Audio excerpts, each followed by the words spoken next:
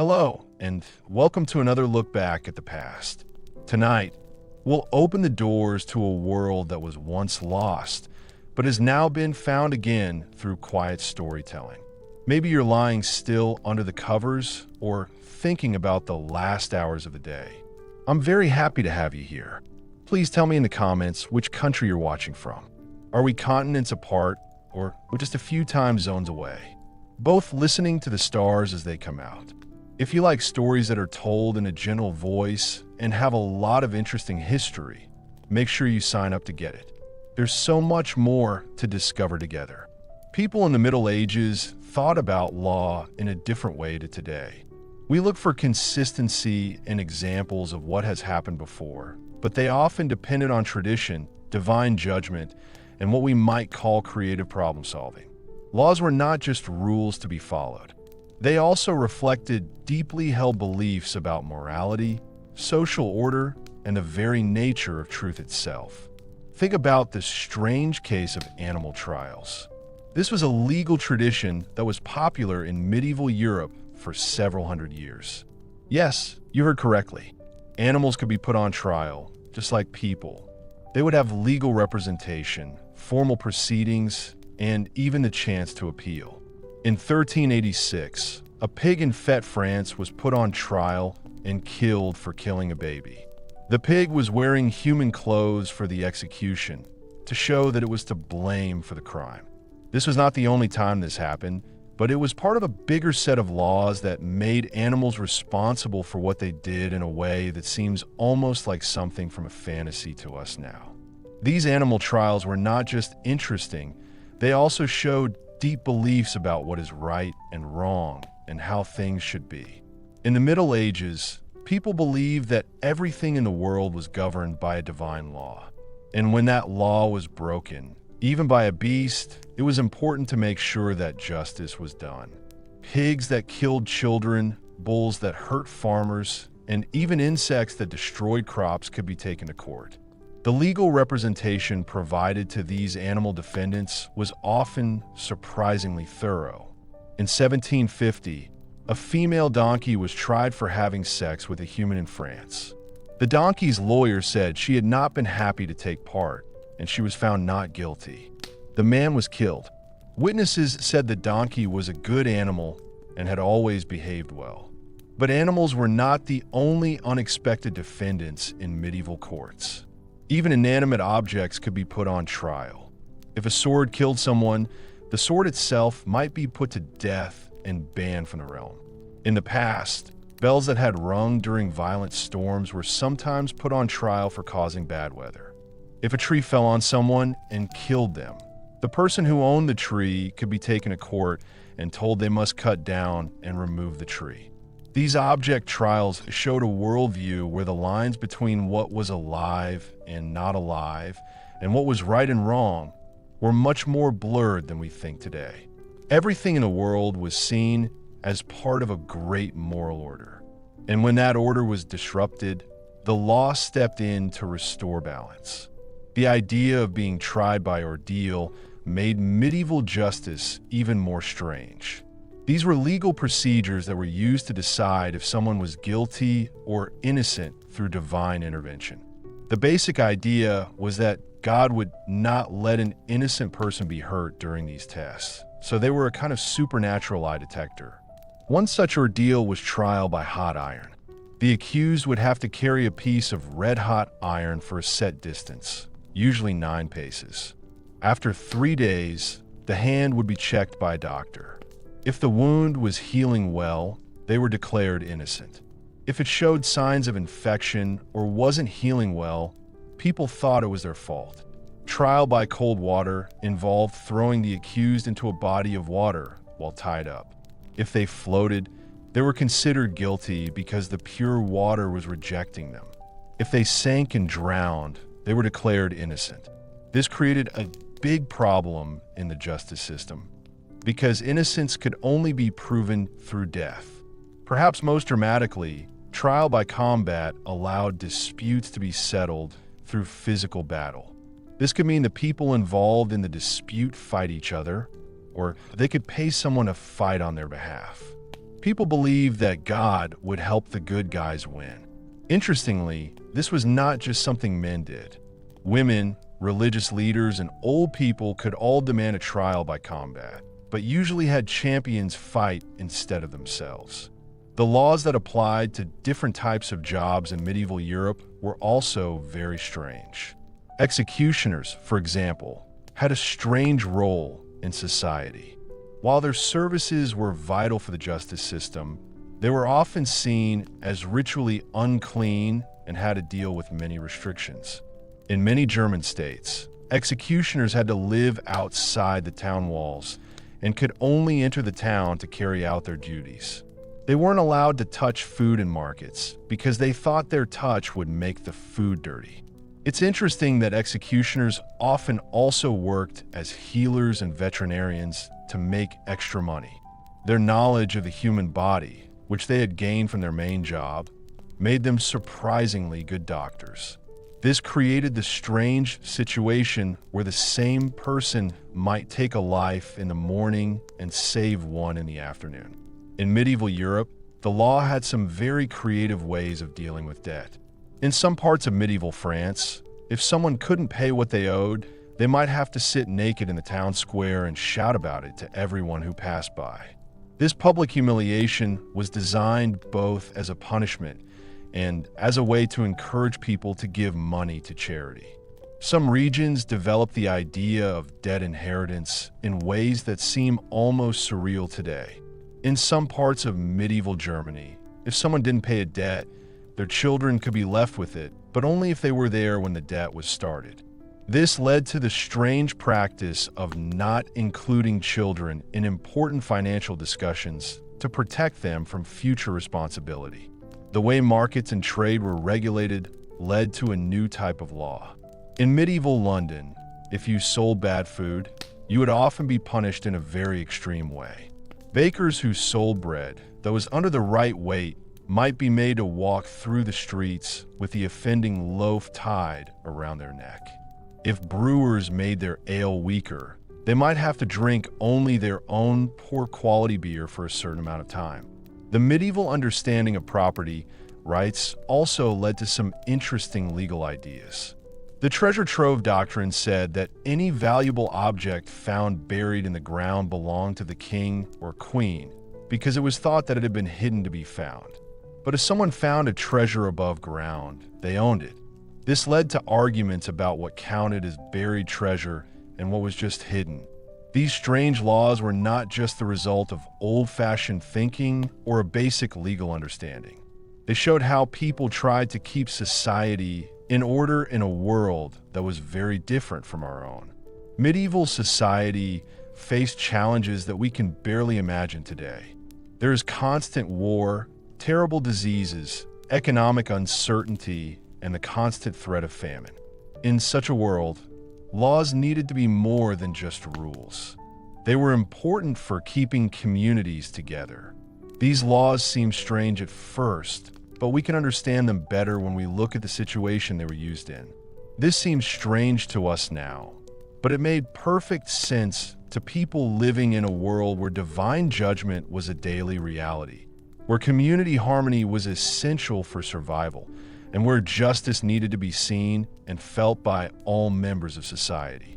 As we learn more about the medieval world, we start to see that these strange laws were just a part of a much bigger picture of belief, tradition, and practical needs. They tell us not just about legal systems, but about how we understand the world, human nature, and our place in it. Next, we will explore medieval marriage laws in more detail. These laws combined love, politics, and legal ingenuity to create some of the most fascinating and bewildering regulations in European history. But for now, let your mind drift gently into the strange and wonderful world of medieval justice as you go to sleep. The medieval world was a time of big differences when it came to food. While kings and nobles ate fancy meals with unusual spices and many courses, most people were very hungry. Their meals were mainly just rough bread and thin meat. This difference wasn't just about money. It was a sign of a whole social system built on treating people unequally. For most people, meat was a special treat. A family might keep a pig or a few chickens, but these animals were very important to them and too valuable to eat regularly. Instead, they provided eggs, milk, and sometimes baby animals that could be sold for money. Meat was a special treat for poor people.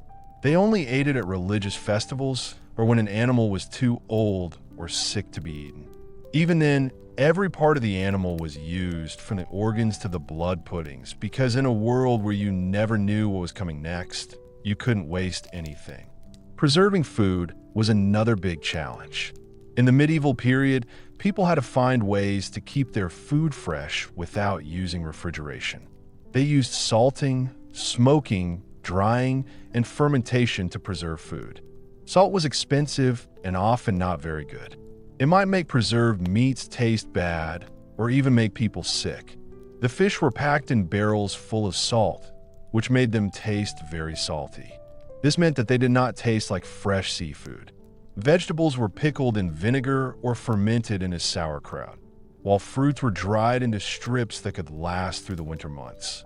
But the biggest problem was that a lot of the food was being mixed with other things. Some dishonest shopkeepers and bakers, who were poor and desperate for money, often try to cut corners to make as much money as possible.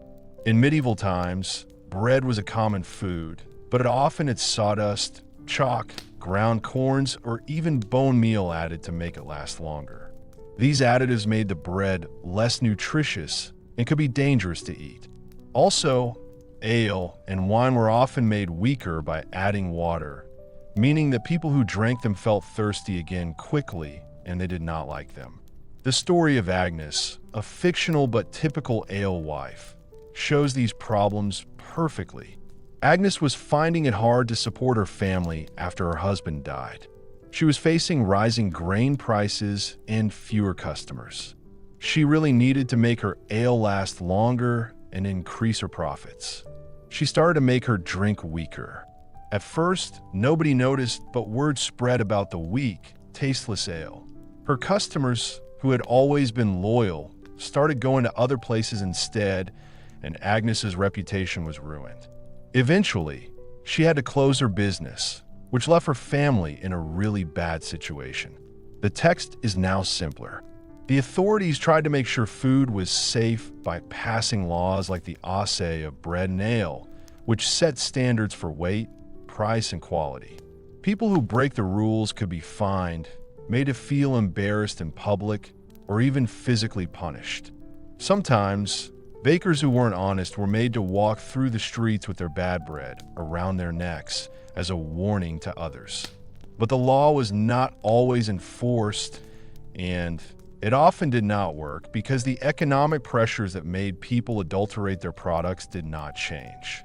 The medieval diet was also very bland and lacked variety, which made life even more difficult. We can enjoy fruit and veg all year round now, but in the Middle Ages, people only had what was available locally and at the right time of year. For most of the year, most people ate the same thing every day: porridge made from barley, oats, or rye, with some vegetables they grew in their small gardens. Onions, leeks, and cabbages were some of the hardiest crops, but they provided little in the way of essential vitamins and minerals. The food available at different times of the year was a problem, especially in late winter and early spring. By then, the previous year's harvest would be running low and the new crops had not yet been ready. This time, known as the Hunger Gap, was when malnutrition was most severe and the death rate was highest. Children born during these lean months often didn't grow as well as they should have, and their immune systems were weaker. These effects would last for the rest of their lives. Spices, which we now take for granted, were among the most precious goods in medieval Europe. Spices like pepper, cinnamon, cloves, and nutmeg were expensive because they were transported over long distances on dangerous trade routes. In the 11th century, a pound of nutmeg could cost as much as 7 oxen, which was a lot of money. For rich people, Spices were more than just ways to make food taste better. They were also symbols of status and power. They were shown off as much as jewels or nice clothes. The difference between the rich and the poor was very clear at the royal feast. These grand events were about more than just feeding the nobles. They were also about showing how rich and powerful they were. Tables were filled with roasted peacocks, swans, and other exotic birds. Their feathers are carefully replaced after cooking to create stunning displays. Sugar sculptures called subtleties depicted scenes from mythology or heraldic symbols, while servants paraded dishes through the hall with great ceremony. But even these amazing meals had their own dangers. Even rich people were at risk of food poisoning and other diseases because they didn't know about food safety. King John of England died in 1216 after eating spoiled peaches. This shows that in medieval times, eating food was dangerous. The king had been traveling through the countryside when he stopped at a monastery and ate something he thought was harmless. He died a few days later from what modern historians think was a bad case of food poisoning. The dirty conditions of medieval life made food safety even more an issue. Many poor families shared their small houses with their animals because they needed the warmth of the animals to keep them warm in winter. But this meant that animal waste, insects, and vermin were always in the home. Food was prepared and eaten in the same places, and this meant that contamination was almost unavoidable. In medieval cities, the situation was even worse. The narrow, winding streets were full of rubbish, human waste, and leftover materials from different types of businesses. There was often no proper sewage system, so wastewater often contaminated water sources.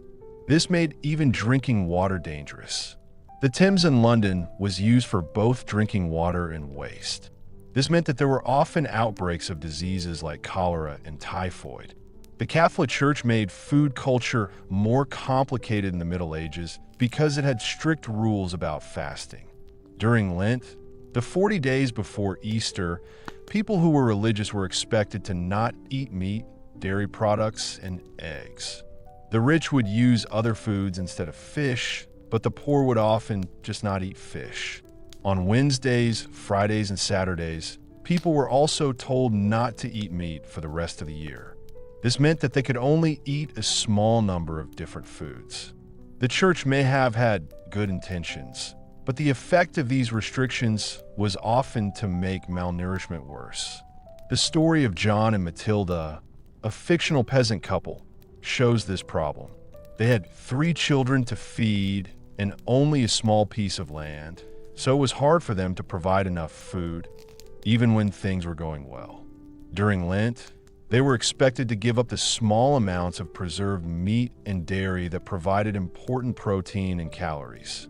As time went on, their children got weaker and more tired, and cried a lot because they were hungry. John, a religious man, had trouble believing in God when he saw his family suffering. At the same time, Matilda secretly thought about the delicious stew she would cook when the fast was over. The church did have some positive influences on food. However, monasteries and abbeys often served as centers of agricultural innovation because they had large areas of land and their communities were well organized. Monks invented new ways of growing crops, finding water, and looking after animals. This made food production better and better over time. They also gave money to people in need and provided food and a place to stay for travelers and religious visitors. The story of Saint Hildegard of Bingen is a good example of the positive relationship between the church and food. Hildegard was born into a noble family in 12th century Germany. She became a nun and was famous for her knowledge of herbal medicine and nutrition. She wrote a lot about the properties of different grains and foods and said that spelt was a healthier alternative to common wheat. With her help, the nuns at her abbey made great bread, which they gave to people who were sick and poor in the local area. Hildegard's approach to nutrition was all-round and focused on the connection between food and health. It was very ahead of its time and people did not fully appreciate it until much more recently. The terrible famine that happened between 1315 and 1322 was one of the worst periods in medieval food history. A combination of climate change, crop failures, and political instability caused 7 years of starvation and hardship in much of Europe. Modern stories show how terrible things are for normal people. The writer William of Nantes said that men ate dogs, horses, cats, and other animals that were not clean. Other stories say that people started eating each other because they were desperate. The famine hit different regions of the country in different ways, but no part of the country was completely untouched. In some areas of the Low Countries in Scandinavia, 10 to 25% of the population died. The German city of Erfurt saw an average of 16 deaths per day during the worst years, compared to just 2 per day in normal times. The psychological impact of the famine was as bad as the physical impact, creating a generation who are still affected by extreme hunger and loss. Even in normal times, there was always the risk of not having enough food. One bad harvest could be very bad for the whole community. Poor farmers were always afraid that they would have no food. This difficult situation had a big effect on all parts of medieval life. People developed many ways to deal with having few resources. These included things like marriage, planning families, religious beliefs, and social structures. From the way people helped each other to the knowledge of wild plants and other food sources, the difference between medieval food culture and our modern food culture is big. Today, we can walk into a supermarket and find fruits from South America, spices from Asia, and vegetables from around the world. These products are all neatly packaged and ready to eat. We have access to a variety of foods that even the richest medieval nobles could only dream of.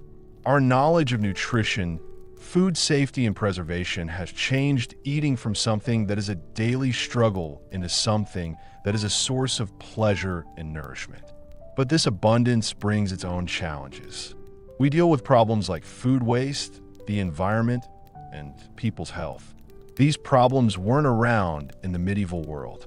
The global food system that provides us with so much variety also creates new forms of inequality and environmental damage. Maybe we can learn something from our medieval ancestors about how important it is to eat food that is in season and not to take food for granted. The story of medieval food is ultimately a story of human resilience and ingenuity in the face of enormous challenges. Even though there were always dangers like hunger, disease, and food being mixed with other ingredients, people found ways to survive and even have happy times eating food. They developed ways of preserving food that are still used today. They also created dishes that evolved into modern cuisines and established traditions of hospitality and sharing that continue to shape our culture. When we think about the past, we realize how far we've come and how lucky we are. Even something as simple as opening a refrigerator or visiting a grocery store shows how far we've come in agriculture, technology, and society. At the same time, the medieval experience reminds us of how important food is and that we must make sure everyone has enough to eat. The food culture of medieval times is still with us today. Many modern cooks are using traditional methods of preservation, like smoking and fermentation, to make food that tastes authentic and is good for the environment.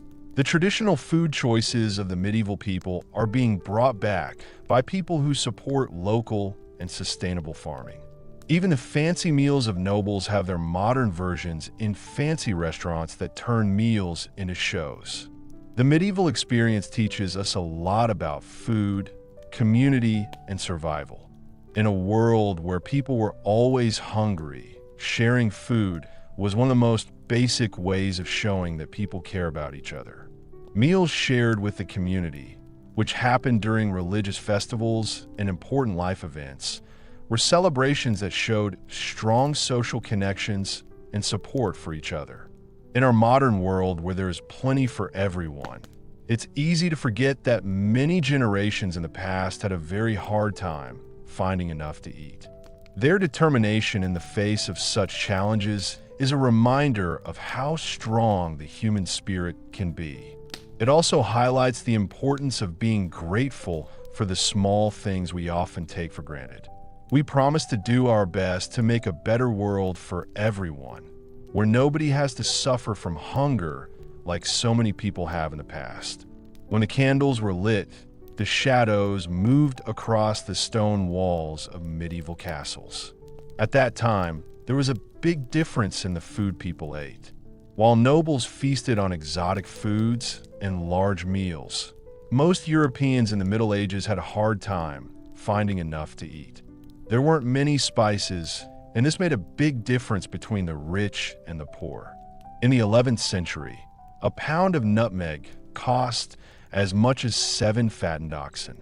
This meant that peasants had to make do with whatever basic seasonings they could find. Garlic, mustard, and vinegar became their main tools to stop the boring taste of their daily meals. There were no reliable ways to preserve food, so fresh produce was a seasonal luxury. Most people lived on grains and vegetables that could survive the harsh climate. The consumption of meat showed perhaps the biggest difference between people. A rich farmer might kill their pig only once a year, usually at Christmas, while nobles ate lots of fancy food made from rare animals. When meat was available, it often came in forms that would be hard to stomach today, like organs, blood puddings, and cuts from animals that were too old or sick for other uses. Fish were a welcome treat for people living near water, but they were usually preserved with salt, which made them very salty. This was very different from the delicate ways we prepare fish today. The church had a lot of influence over medieval food culture, and this made life even harder for poor people. Lent was a 40-day period of fasting. During this time, the peasants gave up meat and dairy, while the nobles, who were richer, could afford more exotic substitutes. The story of Agnes Pothun is an example of this. She was put on trial in 1322 for stealing bread during Lent to feed her starving children. This shows how cruel religious rules about what you can and can't eat are for people who are already very hungry. In the past, when there were no rules about food safety, many people were fooled by adulteration.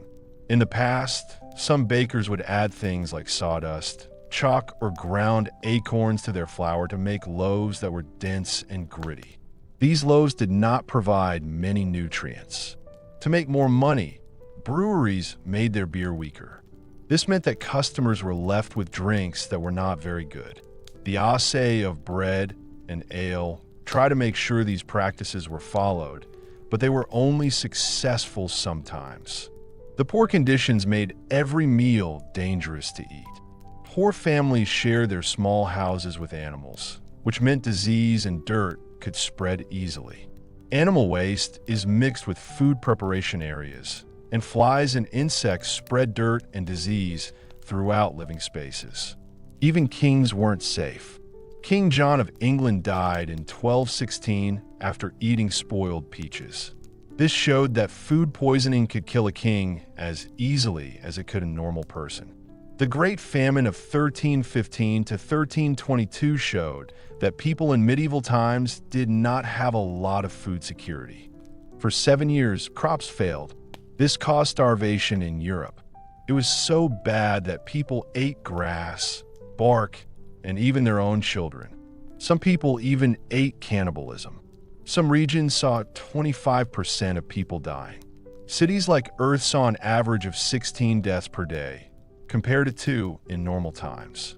Despite these challenges, medieval people showed great resilience and ingenuity.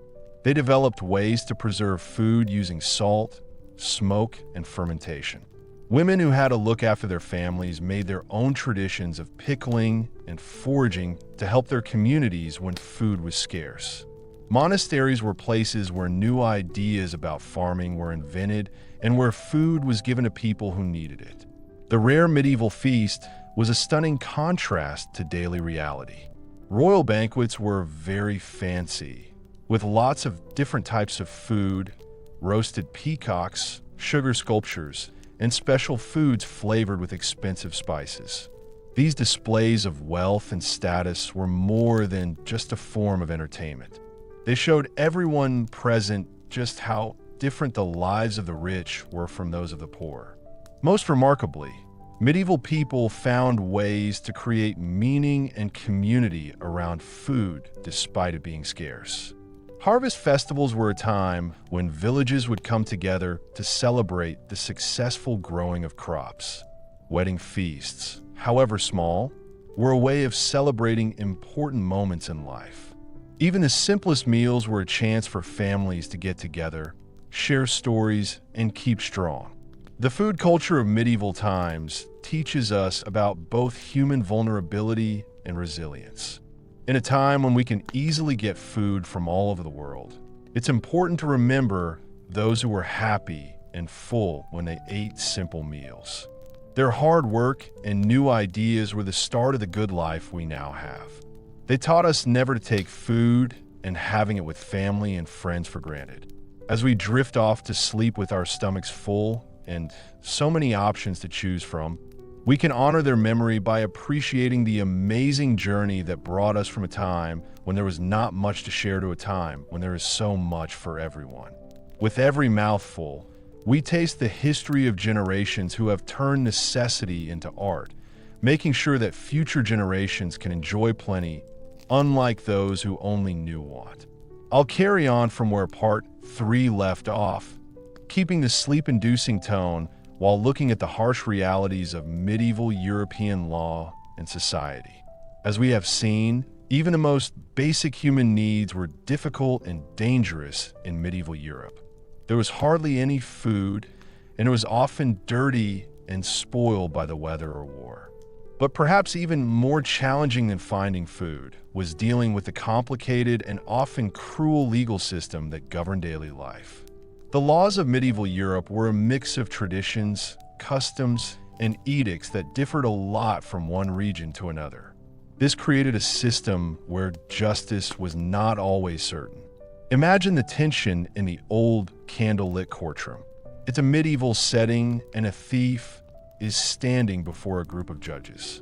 The evidence against him is only circumstantial, but if he is found guilty, he could lose a hand, an eye, or even his life. This was not a world of careful thought and fair discussion, but a place where justice was quick, severe, and often random. The legal systems in medieval Europe were not designed to determine who was guilty or not guilty. Instead, they were used to maintain order through fear and to reinforce the rigid social hierarchies that kept peasants in their place and nobles in power. The medieval legal system was based on a complicated system of obligations and customs that had developed over many years. The most important part of this system was the idea that lords and vassals were loyal to each other and had to do what the lord told them. A peasant was not just a tenant, but also a bound serf, which meant that he existed to work the land he was given. People believed that the lord would protect them and make sure that justice was served. But these protections were often more in theory than in practice. The Lord's court was usually held in the big hall of his manor. There, he would decide who was right in disputes between his tenants, and if someone had broken the many rules that governed peasant life. These courts dealt with a wide range of crimes, from the small to the serious. A peasant might be taken to see his lord for letting his pigs go into a neighbor's garden, for not working enough days, or for trying to leave the manor without permission. The punishments were often very cruel and much more severe than the crimes. If a runaway was caught trying to escape, he might be branded on the forehead with a hot iron, marking him forever as a runaway. If a woman was accused of cheating on her husband, she might have to walk through the village naked while her neighbors threw stones and rubbish at her. The idea of individual rights, as we understand them today, was virtually non-existent in medieval legal thinking. Justice was not about protecting the innocent or making sure everyone was treated fairly. It was about keeping society in order and making sure those in power were obeyed. The idea that everyone is equal in the eyes of the law might have seemed like a joke to a medieval lord. These lords thought of themselves as far superior to the poor peasants who worked their land. The law was there to protect the interests of the ruling class, and any benefits that might have reached ordinary people were just a bonus. This inequality was especially obvious in the criminal justice system. If someone committed a crime, the way the authorities dealt with it depended a lot on the social status of the person who did it and the person who was the victim. If a peasant stole bread from a nobleman's table, he might be punished by having his hand cut off or even being killed. But if a nobleman killed a peasant in a fit of rage, he might escape with nothing more than a fine paid to the victim's family. The rich often paid to avoid legal problems by bribing officials, using their political friends, or by claiming the benefit of clergy. This was a legal loophole that let people who could read Latin be tried in church courts instead of regular courts. In those courts, punishments were usually less severe. In medieval courts, it was very different to how we think of justice today. Evidence was rarely considered decisive in the past. In the Middle Ages, justice was based on the idea that God would reveal the truth. This belief in divine justice led to some of the most strange and cruel practices in the history of law. These were procedures that seem almost impossible to understand now, but were thought to be completely fair by medieval people. They believed that God would not allow an innocent person to suffer. Trial by ordeal was one such practice. It was based on the idea that God would protect the innocent and reveal the guilt of the wicked. There were several different types of ordeal, and each one was worse than the last. In the ordeal of hot iron, the accused would have to carry a red-hot piece of metal for a set distance, usually 9 paces. The hand would be bandaged and checked again 3 days later. If the wound was healing well, they were declared innocent. If it showed signs of infection or was rotting, they were judged guilty and punished. The ordeal of hot water required the accused to put their hand into a pot of boiling water to get a stone or ring. As with the hot iron, the condition of the hand after 3 days would determine their fate. For people accused of particularly serious crimes, there was the ordeal of cold water, which operated on the opposite principle. The accused would be tied up and thrown into a body of water, like a pond or river, that had been blessed by a priest. If they sank, they were considered innocent, as the pure water had accepted them. If they floated, they were deemed guilty because the water had rejected their corrupted soul. Either way, the accused was facing a difficult future. If you were innocent, you could drown. If you're guilty, you could be executed. The idea behind this system was based on the medieval view of the natural world. At that time, people believed that water was pure and holy, and so would naturally reject anything evil or corrupted. These legal statements were not given lightly or without proper ceremony. They were elaborate rituals that often took place in churches or other sacred spaces. Priests were in charge of the rituals and blessed the instruments of trial. The accused would typically have to fast for several days beforehand and go to special church services to purify their soul before facing God's judgment. The whole community would often come together to watch these events. They were used not only to show who was guilty, but also to show the power of God and the people in charge of the land. The psychological impact of these orals cannot be overstated.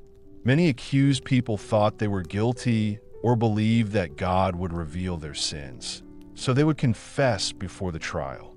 Others would run away before the set day, which was seen as a sign of guilt. In some cases, just the threat of a trial by ordeal was enough to get a confession or solve a dispute without actually doing the trial. Another interesting thing about medieval attitudes towards justice was the idea of trial by combat.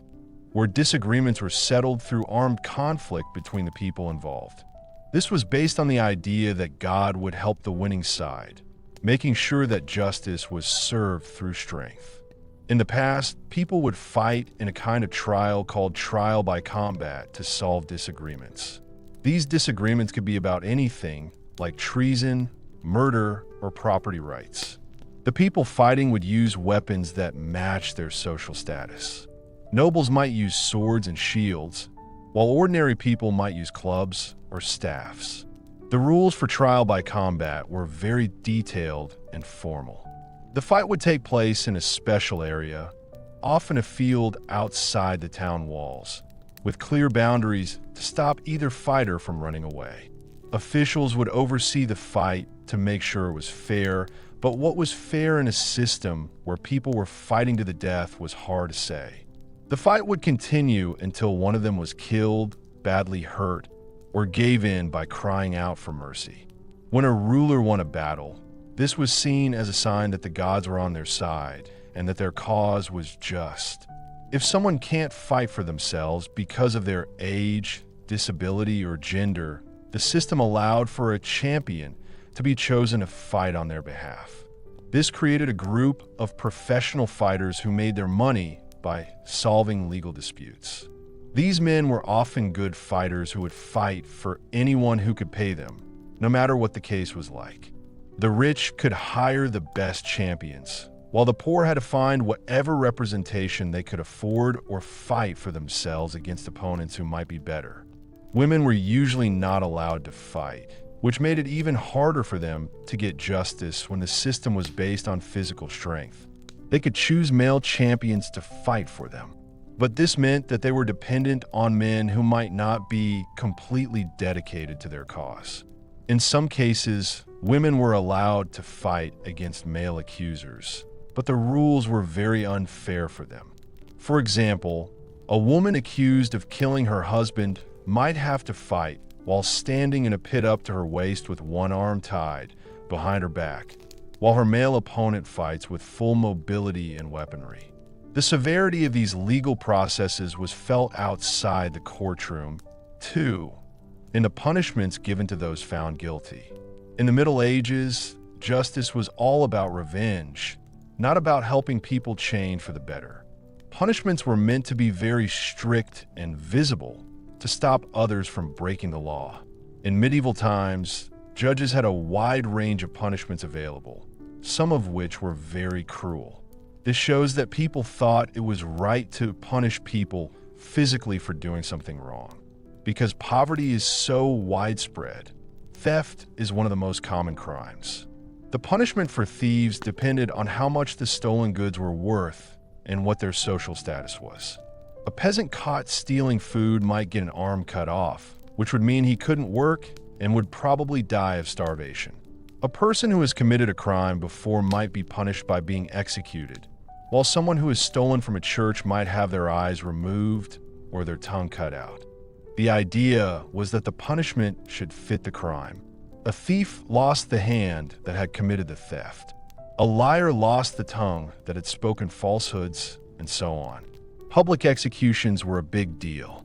They were a kind of show, and people came from miles around to watch.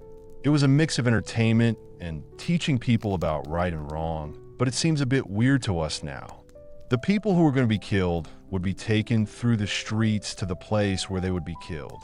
Often, priests would go with them and try to make them say that they had been bad and think about what would happen to them after they died. The ways in which they were killed were very different and were often chosen to show how bad the crime was or the social status of the person being killed. The nobles might be allowed to kill people by cutting off their heads, which was seen as a quick and honorable way to die. But the commoners would be hanged, which was seen as a more shameful way to die, but it would still be the last thing the person would experience. But for the most serious crimes, medieval justice demanded punishments that went far beyond simple death. Traitors might be killed in a very public way. It started with the condemned being dragged through the streets on a hurdle, then hanged until almost dead, cut open while still alive, and finally cut into quarters that would be put on display in important places to warn others. People who did not follow the rules and those who were thought to be witches were sent to be burned at the stake. It was a punishment that was believed to make their souls pure by burning them. And it was a way of showing the punishment that would be given to people who did not obey religious leaders. Women who committed certain crimes were punished in a way that reflected old-fashioned attitudes towards gender and morality. A woman who killed her husband might be burned alive. This was because killing your husband was seen as a way of challenging the natural order of things, where men were in charge of their wives. Prostitutes might be forced to wear special clothes or have their heads shaved as a sign of shame. Women accused of being scolds or shrews might be made to sit on a chair that is tied to a pole and dunked in a pond or river until they promise to behave. But these punishments were not always applied in the same way, and the rich and powerful often found ways to avoid being punished. People who could read and write could claim the right to be tried in church courts, where punishments were usually less severe. Sanctuary laws allowed criminals to stay safe from the authorities in churches for a limited time. If someone was rich, they could often negotiate a deal instead of being punished physically, or they could just leave and go to another place where no one knew about their crimes. This system of justice was brutal and random, but it also had important roles in medieval society. Public punishments, like executions, show who is in charge and that anyone who challenges the authorities will be punished. They provided a form of entertainment in a world where there weren't many ways to have fun. Most importantly, they made the people afraid, which helped them to stay in control. The rulers were much less afraid than the people, and the people had nothing to lose by rebelling.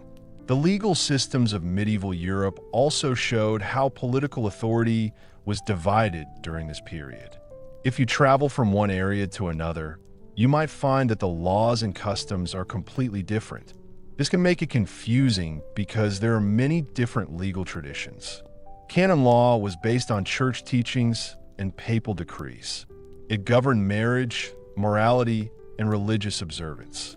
Roman law was used in the legal codes of the ancient empire, and this influenced the development of legal systems in many parts of Europe. The laws of the Germanic tribes were passed down through stories and gradually written down. They governed many aspects of daily life in areas settled by barbarian tribes.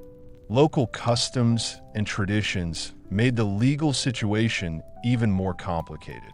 What was against the law in one village might not be against the law in another.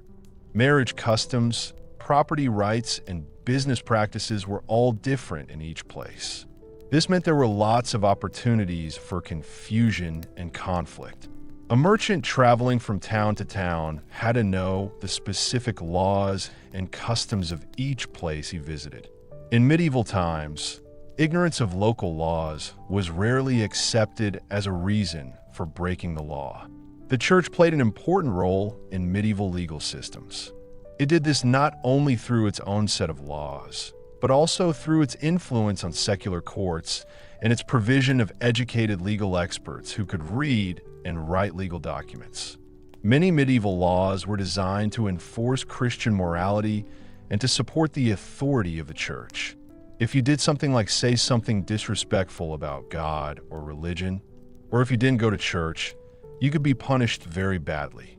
The church had a lot of land and was a big deal politically and economically, so religious courts often had the power to decide things that we would now see as completely secular.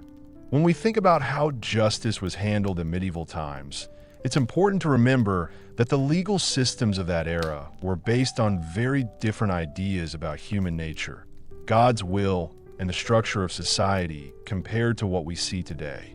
The idea that justice should be fair, that punishment should fit the crime, or that all people should be equal was new in a world where social hierarchy was seen as something decided by God, and where the main purpose of law was to keep order rather than to protect individual rights. Many parts of modern law still come from the legal systems that were used in medieval times. From the fact that court cases are often very stressful to the use of juries to decide if someone is guilty or innocent. But it has taken a long time for the law to change from the harsh and unfair justice system of the Middle Ages to the more compassionate and logical legal systems of today. This change has been marked by many struggles for reform and the recognition of human dignity. As we drift deeper into sleep, let these images of medieval justice fade into the background of our minds. Life in an age where the strong ruled, where people were judged by fire and water, and where public executions were both entertainment and taught people about right and wrong. These were the foundations of our modern world. The ideas of human rights, due process, and equal justice under law that we now take for granted first grew out of the dark soil of history.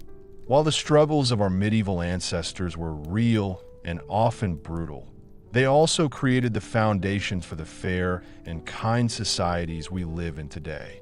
Their suffering was not in vain, because it taught humanity important lessons about fairness, compassion, and the rule of law. Their stories teach us to keep trying to make a better world for everyone. The word count is 1,847. Life for a peasant in medieval Scotland was hard. They had to fight against people who were mean to them and against the forces of nature like storms and floods. While there was a lot of fighting between clans in the sky and English armies came and went, destroying everything in their path, normal people had to deal with their own daily struggles, which were just as hard because they were normal and boring. Think about the situation of Hamish Mloud, a poor man who works a small piece of land for his clan chief. Every morning before sunrise, he would wake up to the sound of his wife Margaret grinding oats for the day's porridge. The steady, rhythmic sound of stones scraping against stone was a familiar background noise. They lived in a small house with a cow and some chickens to keep them warm. The house was always damp because of the mist from the hills that came into the house through the stone walls. The soil Hamish worked was thin and rocky, and it produced crops of oats and barley that were a big part of their diet. A good harvest might keep the family alive through the winter, but a poor one meant their children were so hungry they got really skinny. There was always the risk of starvation. When it hit, whole communities could be left with nothing to eat but grass, bark, and the roots they could dig up from the frozen ground. Even when there was plenty of food, it was of poor quality. Bread was often made from grains that weren't the best, with whatever fillers could be found. When times were really hard, people ate ground acorns, peas, or even sawdust. The bread was dense and rough, and it could break your teeth. It was not very nutritious. Meat was a rare treat. You could use salted pork at Christmas or when an animal dies naturally. Preparing and storing food was really difficult in the past, when there were no fridges or ways to keep food fresh. Grain needed to be kept dry and away from rats. But storage facilities were very basic. Milk goes bad quickly. In warm weather, meat went bad quickly. People also drank ale because water was often dirty. Ale could go bad if people did not drink it quickly. Eating was dangerous. There was a lot of contamination because livestock were often kept in the same spaces where food was prepared and eaten. Flies buzzed constantly between animal waste and cooking pots, while vermin scurried through grain stores and kitchen areas. Food poisoning was common, and even nobles were sometimes affected. King John of England died in 1216 after eating spoiled peaches.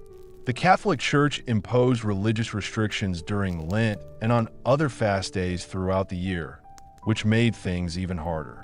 Even the small amount of protein that was available to ordinary people was not allowed for families who were already very poor and had hardly any food. These extra dietary rules could be too much for them. Margaret Mloud would watch helplessly as her children grew weaker during the 40 days of Lent. She knew that their few precious eggs and strips of dried fish must be put away because of the church's rules. The dishonest practices of food producers made life even harder for ordinary people.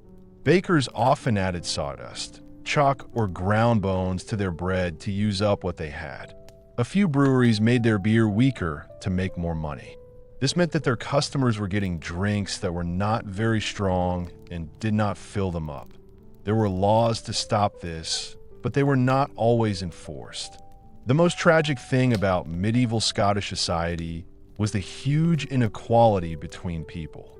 While ordinary people like Hamish and Margaret ate simple meals of porridge and stale bread, the halls of their clan chiefs were filled with elaborate feasts. The tables of the nobility were filled with roasted meats, exotic spices, fine wines, and delicate pastries. They ate more in a single meal than a peasant family might see in a month. This difference wasn't just about how much food there was, but also about the actual nature of the food itself. Whereas ordinary people ate simple, unhealthy food at busy fairs that left them hungry and in poor health, the rich ate more varied food, full of the good stuff like protein, fat, and spices, which made even simple food taste really good. A pinch of cinnamon or cloves worth more than a peasant's annual income could make a dish from just a way to survive to something really special. The constant worry about having enough food to eat can have a very negative effect on your mental health. They knew that they might not have a meal tomorrow because they might not be able to grow enough food or they might not be able to hunt enough animals. This made them feel worried all the time. Parents went to bed hungry so their children could eat, and even then often had to watch helplessly as malnutrition stunted their children's growth and left them vulnerable to disease. But even when things got really tough, people kept going. Women like Margaret Mloud were very clever at making the most of what they had. They learned to identify which wild plants were safe to eat, how to preserve meat using salt and smoke, and how to share limited supplies by being careful with what they used and being inventive in the kitchen. People in the community helped each other through hard times and celebrated together when they were lucky. The cycle of the seasons gave farmers a sense of structure and optimism. Spring meant new growth, and harvest time meant there would be plenty of food, even if that food was only around for a short time. Even the poorest person could be proud of a well-tended garden or a successful batch of ale, finding satisfaction in their work, even though their circumstances were difficult. When we think about the hard lives of medieval Scottish peasants like Hamish and Margaret Mloud, we realize how much better things are now. We have lots of different foods to choose from, and we're protected by safety standards that stop food from being contaminated. We also have social systems in place that provide support when we need it. All of these things show how life has got better over time. In the past, not having enough to eat was normal and people were always hungry. Their story reminds us of the hard lives our ancestors lived, but also shows how strong the human spirit is, even when things seem impossible. In their daily struggles to survive, we see the basic dignity of ordinary people. Despite having so little, they found ways to create meaning, community, and hope in their lives. After looking at your summary of the script and the reference materials, I'll continue from where you left off. I'll focus on the social divides and legal structures that shaped medieval European society. Here is part 6. We have seen how difficult life was in medieval times. For example, the justice system was brutal and people were always fighting to survive. This made society very divided. The strange laws we've explored were not just strange features of the past, but tools that reinforced a rigid social hierarchy where your birth determined your fate with merciless precision. Imagine a world where the accident of your birth meant you were destined to work very hard your whole life, while others had a life of leisure and plenty, simply because they were born into the right family. This was the reality of medieval Europe, where society was divided into 3 different levels, each as different as oil and water. These levels were connected by invisible obligations and dependencies. At the top of the pyramid were the nobles who fought and ruled. These were the lords and ladies who lived in stone castles that reached up into the sky, showing how powerful they were. Their days were spent doing things like going to court, holding big ceremonies, and playing political games. They wore silk and velvet, ate exotic foods, and spoke in fancy languages that showed they were different from other people. For them, the strange laws we'd come across were ways to control people, and they were used against those who were less powerful. Below them, but still higher than the crowds, were the religious leaders, those who prayed. These men and women of God had a different kind of power. This power was over souls, not bodies. They lived in monasteries and cathedrals, surrounded by old religious books and holy objects. Their influence was present in every part of life, from people's bedrooms to the marketplace. They dictated not just what people believed, but also how they lived, ate, and even thought. And at the bottom of this structure, supporting the weight of the whole building on their bent backs, toiled the peasantry, those who worked. These were the vast majority of Europe's population, tied to the land like trees to the soil, unable to move or change their situation without permission from their bosses. They lived in simple huts made of mud and thatch. Their hands were always dirty and their backs were bent because they had to work so hard. The legal system we've explored has been very effective at keeping these divisions in place. The idea of justice was different depending on your social class. If a noble killed a peasant, they might have to pay a fine. But if a peasant stole bread, they could be executed. The idea of trial by combat seems strange to us now. But in a world where being strong was seen as a religious gift from God, it made perfect sense. Think about the story of Sir Geoffrey de Montfort. He was a low-ranking lord who was accused of murder by a peasant named Willem. The accusation was serious, and the evidence was strong. But when the court looked at the case, it was not the witnesses or the evidence that decided if he was guilty or not. Instead, the two men faced each other in a circle of packed earth, armed with sword and shield, while nobles and commoners gathered to watch the show. Willem was strong from years of farm work, but he had never held a sword in anger. His hands, used to working with plow and sickle, found it hard to handle the weight of the steel. Sir Geoffrey had been trained from childhood in the arts of war and moved with the fluid grace of a born killer. The result was never really in question. When Willem fell, his blood soaked into the earth he had worked in all his life. The crowd nodded in satisfaction. God had spoken.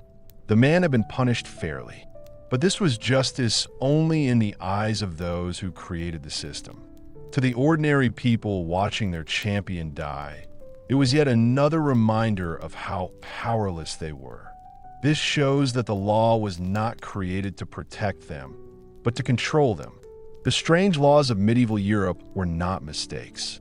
They were features carefully designed to keep society the way it was, which was good for a few people, but not for most people.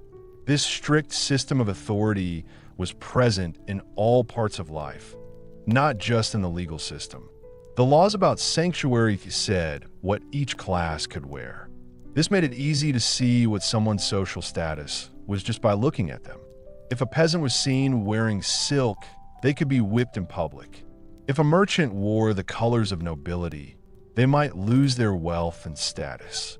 These laws made it clear that crossing the class boundaries was not just difficult, it was actually against the rules.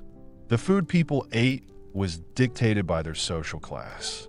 While nobles ate exotic spices that cost more than a peasant's annual income, the common folk were often not allowed to hunt the animals that roamed freely through their fields. Taking a deer from the Lord's forest was not just theft. It was against nature, and the punishment for that was death or mutilation. The irony was bitter. These animals might destroy a peasant's crops, leaving his family to face starvation, yet he could not touch them without risking his life. The social hierarchy also had an effect on marriage. Farmers couldn't get married without their boss's permission, and that permission was often given only if they paid a price. The right to choose your own spouse, something we think is very important, was something that only rich and famous people had. Young women might end up marrying people they don't know. Their bodies and futures were traded like commodities in deals that were good for their families, but not for them. Even death was not free from social class. The rich were buried in fancy tombs in special religious sites. Their souls went to heaven because of the prayers and masses they paid for. People who didn't have much money were often buried in unmarked graves. Whether or not they go to the afterlife depends on whether or not other people are kind to them. In a world where heaven was often the only comfort available to people in pain, even this final hope was limited based on how much money people had. The church, despite its teachings of equality before God, played a big part in keeping these divisions going. Christ had said that those who are humble would inherit the earth, but the people who were supposed to represent him on earth seemed more interested in making sure that the humble people stayed humble. Bishops lived like princes, their palaces being just as big as those of secular lords, while village priests found it hard to maintain their authority over congregations who often knew as much scripture as they did. The doctrine of the three orders was more than just a way of making things easier for people. It was presented as if it was God's will. The peasants were told that their suffering was part of God's plan, that their hard work in this life will be rewarded in heaven, but only if they accepted their fate without complaining. Those who questioned this arrangement were not just rebels.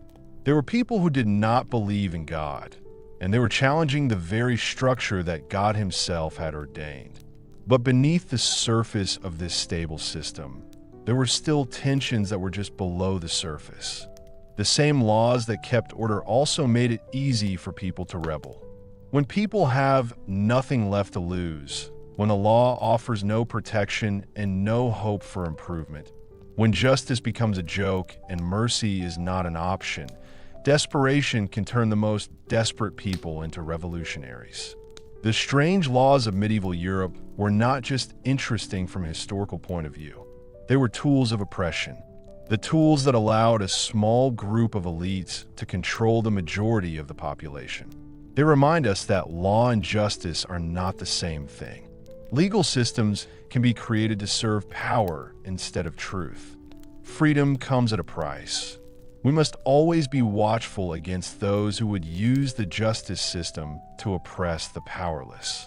As we drift deeper into sleep, let these medieval shadows remind us of how far we have come since those days, but also how easily we might find ourselves in the same situation if we forget the lessons our ancestors learned the hard way.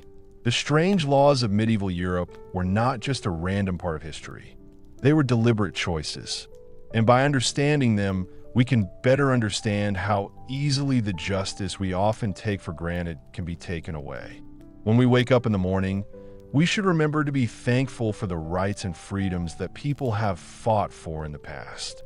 The strange thing about medieval law was not how cruel or ridiculous it was. It was more about showing that justice is not always there. It is a gift that each generation must earn anew. Rest now and let the quiet voice of history carry you towards dreams where justice is balanced not by money or strength, but by the simple recognition that all people, no matter how they were born or what their background is, deserve to be treated with dignity, to be kind, and to have the chance to live free from the strange and terrible laws that once held our ancestors in chains. As the golden light of the sun filters through the barred windows of a medieval manor house, casting long shadows across the cold stone floors, we find ourselves transported to a world where justice was not blind, but rather deeply entrenched in the rigid social hierarchy that defined every aspect of life. Tonight, we continue to explore the strange and often cruel legal world of medieval Europe. In this world, the law was not used to make things fair for everyone. Instead, It was used to keep the rich and powerful separate from the ordinary people. The medieval legal system was made up of lots of different areas of law, all of which were complicated and hard to understand. Each area of law had its own idea of what justice was, and these different ideas competed with each other. The king's courts were the highest level of the justice system. They held royal trials that were similar to theater shows. The church's religious courts were in charge of moral and religious beliefs. All over the countryside, there were the manor courts. These are places where local lords had total power over their servants. They could make decisions however they liked. But perhaps nowhere was the inequality of medieval justice more obvious than in the idea of Vergild, the old Germanic custom of judging how much a person is worth based on their social rank. Under this system, a nobleman's life might be worth 30 times that of a common peasant. These valuations were important because they were used to decide how much legal compensation should be given to people who had been murdered or injured. A lord who killed a serf might pay a few silver coins to the family of the person he killed. But a peasant who dared to raise a hand against nobility would be executed without question. The courts themselves showed this big social divide in how they were built and how they worked. When a nobleman went to see a judge, he was treated very well. He was given a seat to sit on that was comfortable, and the judge would assume that he was honest because of his high social status. His word was important just because of his birth, and people rarely questioned his testimony unless someone of the same or higher rank contradicted him. The legal process was handled formally and respectfully, with careful attention paid to previous cases and the correct legal procedures. How different was it for a normal person who was taken to court? These people were herded into cold, uncomfortable spaces and made to stand for long trials that they often did not understand because the lawyers spoke Latin or French. People did not trust what they said, so they needed other people to support what they were saying for it to be believed. The clothes they wore made them look inferior. Their rough, plain clothes are very different to the fine silks and furs of their social superiors. The punishments given out by these courts made the social order stronger by being unfair. If a nobleman was found guilty of a crime, he might be sent away, lose his land, or even be killed quickly by sword, which was seen as honorable for someone in his position. The rich could often pay to have their sentences reduced or even get out of prison altogether, turning justice into just another thing you can buy. But for ordinary people, punishment was meant to be really strict and humiliating in public. The stocks and pillory were used to punish people for small crimes. They made the guilty person feel physical pain and be shouted at and abused by their neighbors. More serious crimes were punished with things like flogging, branding, or the loss of limbs. The punishments left the survivor with a lasting feeling of shame. The gallows were used for the worst crimes. But even here, social differences between classes continued. While nobles were given a quick death, commoners often faced a slow death by hanging or a long death by more complicated methods. The legal proceedings themselves were often elaborate performances designed to show who was in charge and to determine guilt or innocence. Trial by ordeal was a common practice in medieval times. It was based on the belief that God would protect the innocent. These oral exams were very scary for the people who had to take them. The ordeal of hot iron required the accused to carry a piece of red-hot metal for a set distance, usually 9 steps, before having their hands bandaged and examined 3 days later. If the wounds showed signs of healing, they were declared innocent. If infection had set in, they would feel guilty. The ordeal of boiling water involved the accused putting their hand into a pot of bubbling liquid to get a stone or ring from the bottom. Again, the state of their flesh after 3 days would decide their fate. The most shocking part was the cold water, where the accused was tied up and thrown into a pond or river. If they sank, they were considered innocent, but often drowned. If they floated, it was seen as proof that the water, which was God's creation, had rejected them. This meant they were guilty and should be punished with death. The cruel irony was that survival itself became evidence of wrongdoing. These rules were not applied equally across society. Nobles and religious leaders could often avoid paying taxes by using their connections and influence. Sometimes they would pay money instead of taxes. When members of the upper classes were put through orals, they often got to choose someone to go through the trial on their behalf. While ordinary people had no such luxury and had to face these terrible trials, the church played a particularly complex role in medieval justice. At the same time, it offered sanctuary to some while condemning others to terrible fates. In the past, religious courts were very strict about moral problems, heresy, and witchcraft. The Inquisition, a scary church organization, came up with ways to question and torture people so that they could make them confess, even if they were innocent. Women, especially those from poor backgrounds, were often accused of witchcraft. A widow who owned property that other people wanted, a healer whose cures seemed too good to be true, or just an old woman who spoke her mind might find herself taken to church officials on charges of working with devils. The trials that followed were like a play, designed to show that the prisoner was guilty, not to find the truth. The accused, which was in a very difficult situation. If she confessed straight away, she would be found guilty and would be burned at the stake. If she said she was innocent, the torture got worse and worse until she admitted to crimes she hadn't committed. The methods used were both clever and scary.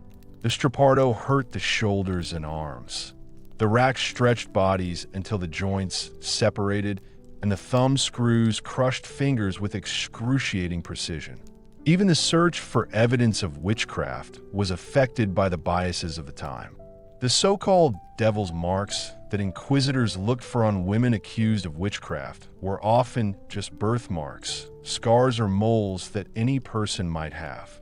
But when they are found on a rich merchant's wife, people might think they are just natural marks, while the same marks on a poor woman were seen as clear proof of witchcraft.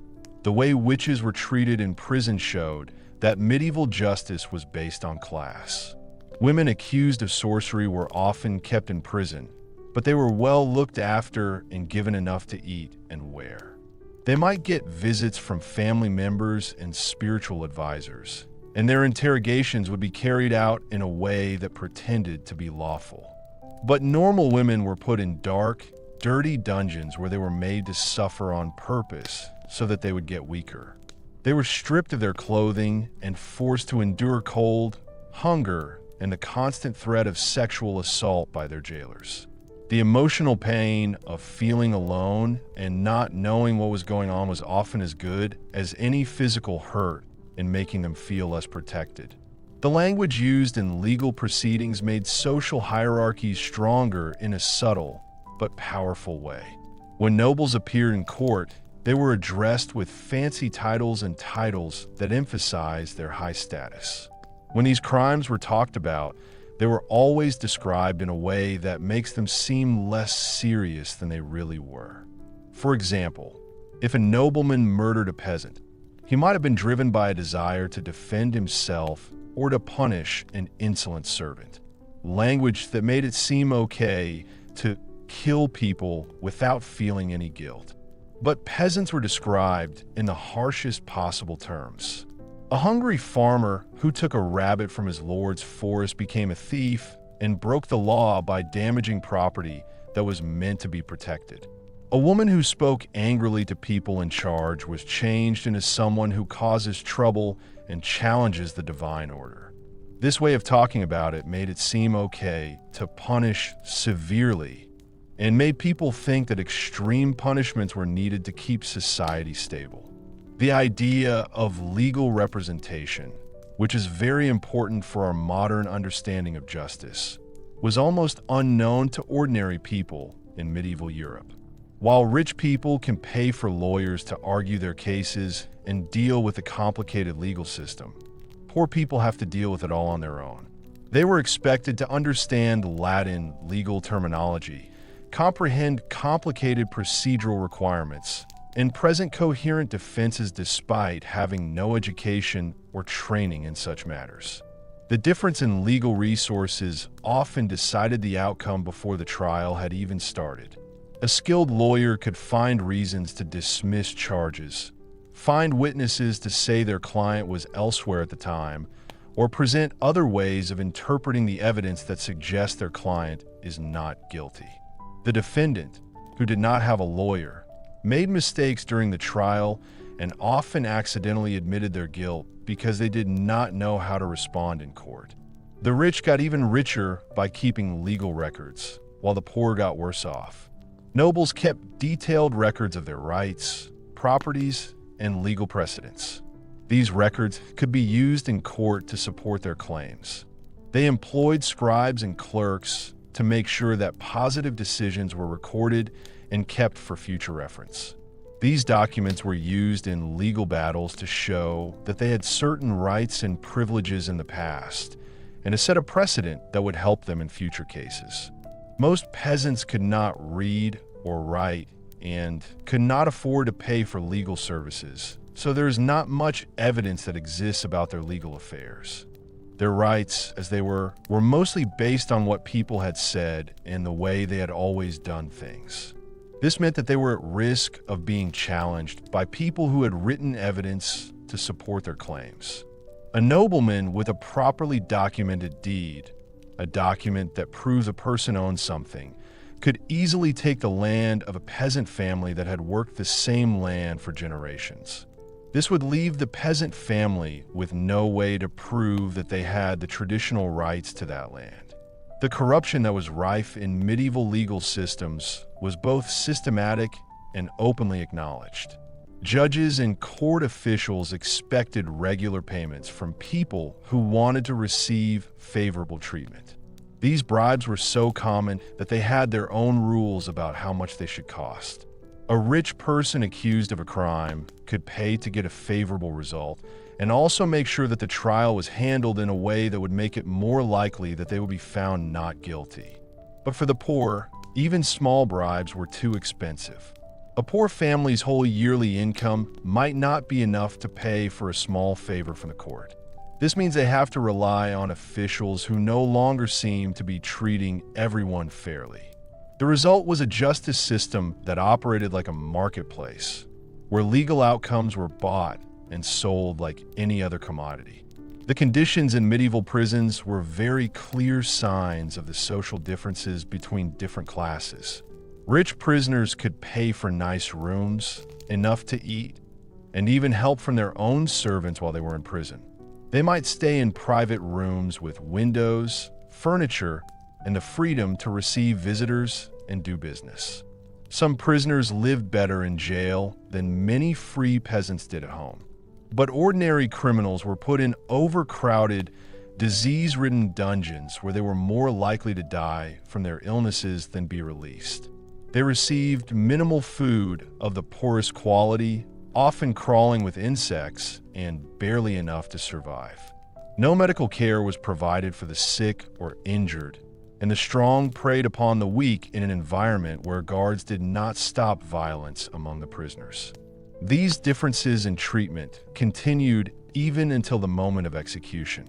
Even criminals who were going to be killed were given fancy funerals that showed how important they were, even though they were going to be killed afterwards.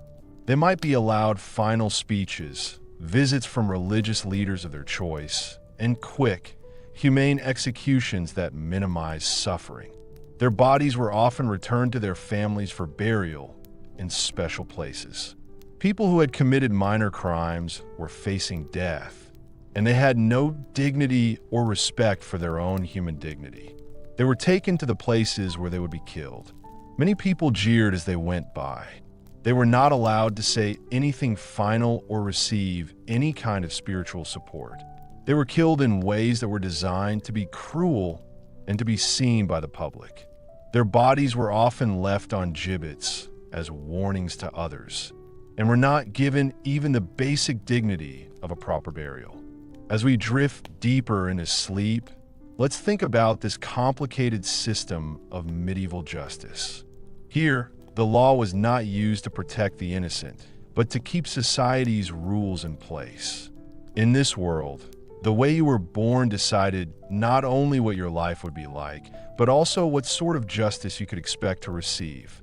The rich lived in a world where the law could be changed to suit them, where they could use their power and money to make the guilty look like the innocent.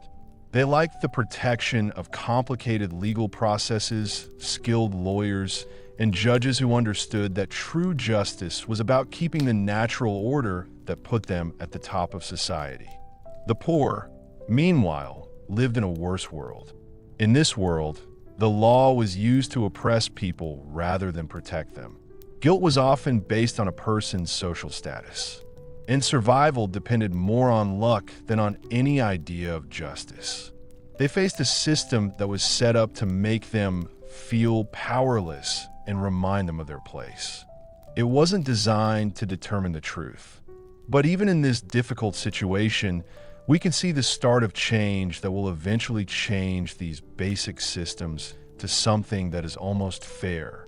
The very unfair treatment of people in medieval law led to people demanding change. They wanted the law to be fair and people to be treated equally. The struggles of these forgotten peasants and their suffering under unfair rule helped create the principles that we now take for granted in our modern legal systems. As you drift off to sleep, maybe you'll dream of a world where justice is blind, where birth or money don't affect legal decisions, and where everyone, no matter their background, is treated fairly by the law. It is a vision that those medieval peasants suffering under their lords' unfair justice could hardly have imagined. But their struggles helped make it possible. You can rest well knowing that the difficult lessons of medieval justice have not been forgotten. The ideas of equality and fairness that we value today were paid for with the suffering of many generations who came before us. We continue their work to make sure that justice is served and that the law is for the people and not the powerful. Looking at the information you've given me, I'll carry on with the script where it stopped, talking about how medieval laws got more and more complicated and random, and how they controlled every part of people's lives, as well as the strange trials for animals. Medieval Europe was governed by a complicated set of laws that affected every part of a person's life. These rules weren't just suggestions or guidelines. They were strict rules that said how people should dress, where they should walk, what they should eat, and even how they should express sadness. Think about the laws that were like invisible chains, holding society in place and making sure everyone followed the rules. These laws were common in medieval kingdoms. These weren't just fashion tips. They were legal rules that said exactly what fabrics, colors, and styles each social class could wear. If a peasant was caught wearing silk, they could be fined or even made to stand in the town square and be laughed at. The rich purple dyes extracted from murex shells were reserved exclusively for royalty, while certain shades of red remained the privilege of the nobility alone. In 14th century England, the laws about clothing were very specific. Servants weren't allowed to wear clothes that cost more than 2 marks per yard. Merchants, despite their growing wealth, could not wear the furs and jewels that the aristocracy wore. They even regulated how long people's shoes were. The pointed shoes that men liked to wear could only be as long as a certain number of inches from the toe. The exact length of the shoe depended on the man's rank or social status. These laws created a society where a glance could instantly reveal a person's place in the social hierarchy. But they also created a strange form of legal theater where enforcement was irregular and often depended more on local prejudices than consistent application. A rich merchant might pay to get his way and wear silks that are not allowed, while a poor craftsman could be punished very badly for the smallest mistake. The rules about trade and business created strange legal situations. The laws that applied to markets in medieval towns could be very complicated. In some German cities, Bakers had to put their personal seal on every loaf.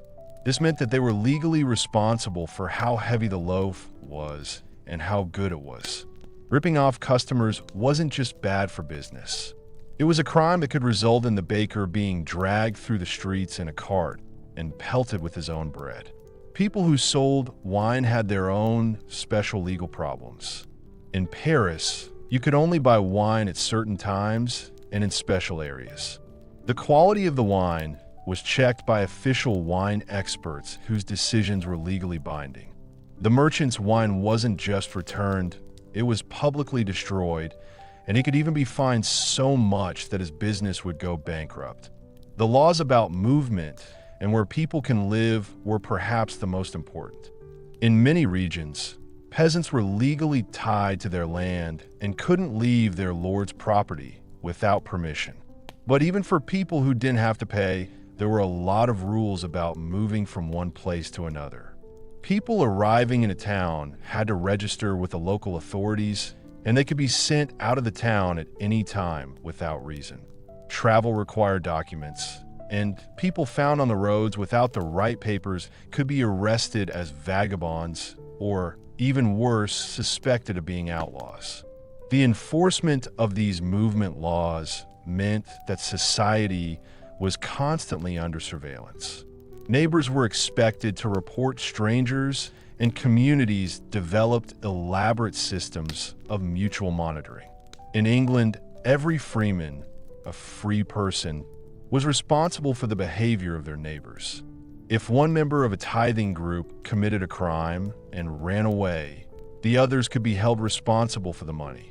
These legal obligations extended into the most private parts of people's lives. Marriage laws didn't just cover the ceremony. They decided how courtship should be, what behavior spouses should show, and even how couples should behave in their own homes. In some places, it was against the law to show any kind of love in public, and if you were caught kissing someone in a public place, you would have to pay a fine. The law around death was also very complicated. The law said that people had to go to church at certain times in the morning. It also said what they had to wear, how they had to behave, and how long they had to stay. There were a lot of legal restrictions on what widows could and couldn't do, where, and how they should act. The expression of sadness was also strictly controlled by the law, as it could be seen as challenging God's will. Even how food is prepared and eaten is now being looked at by the law. Apart from the church's religious rules, regular laws controlled everything from the spices that could be used to the times when certain foods could be prepared. In some Italian cities, there were special laws about making pasta. These laws said exactly what ingredients and techniques were allowed to be used, and also who could legally call themselves a pasta maker. These laws about food often showed that people were worried about luxury and too much of a good thing. Sumptuary laws were about more than just clothing. They were also about food. They limited the number of courses that could be served at different social levels and restricted access to expensive ingredients. No matter how rich a merchant got, his feast could not be as fancy as a nobleman's. The most striking thing about these laws was that they were often random. Local customs could overrule royal orders, meaning that the rules were different in each town. What was legal in one area could be a serious crime just a few miles away. Travelers had to deal with physical dangers as well as legal problems. If they didn't know the local laws, they could be punished. This legal complexity created opportunities for both corruption and creativity. Rich people learned to bend the rules. They used their money to get exemptions or to make the police and courts go along with their ideas about unclear laws. The poor, who don't have these options, often find themselves trapped by rules they don't understand. They also face punishments that seem to have nothing to do with the crimes they are accused of. In medieval times, legal systems were very focused on following previous decisions and traditions. This meant that even laws which were clearly outdated remained in place for hundreds of years. Old rules about jobs or problems that had been solved a long time ago were still used because they were there. This meant that the past had a lot of power over the present, and that tradition could punish the living even though they were alive hundreds of years ago. But the most interesting thing about these strange laws was the effect they had on the medieval mind. People in medieval times were always being checked by the law, which made them very aware of how important people were and how they should behave. The law was not just for special situations. It was always there, influencing the decisions we made every day and how we interacted with others. This meant that the law was everywhere, and people rebelled in small ways. People learned to get around the system by following the rules, thinking of new ways to understand it, and sometimes deliberately breaking the rules. They created detailed social rules that allowed them to express themselves while still feeling controlled. They found freedom in the spaces between these rules, rather than in the gaps where there were no rules. As we drift deeper into sleep, we can almost hear the distant echo of medieval life. The rustle of regulated garments, the measured steps of citizens carefully observing movement restrictions, the whispered consultations about which laws applied where. It was a world where even the simple act of existing required constant legal navigation, where every choice had potential consequences, and where the strange medieval justice system shaped lives in ways both profound and absurd. These strange laws show us that the past was a very different place, where the rules of life seemed almost impossible to understand. But there is something important about the medieval world that we can learn from them. It's a desperate attempt to create order through regulation, to maintain stability through control, and to preserve hierarchy through the minute management of human behavior. Sleep well, knowing that in our modern world, we no longer face imprisonment for wearing the wrong color or eating forbidden foods at the wrong time. The strange laws of medieval Europe have long since gone, leaving us free to dream of simpler times when justice, however strange it might have been, was at least predictable in how strange it was. According to the summary of the script you provided, here is the 9th part of the strange laws of medieval Europe, which will help you sleep.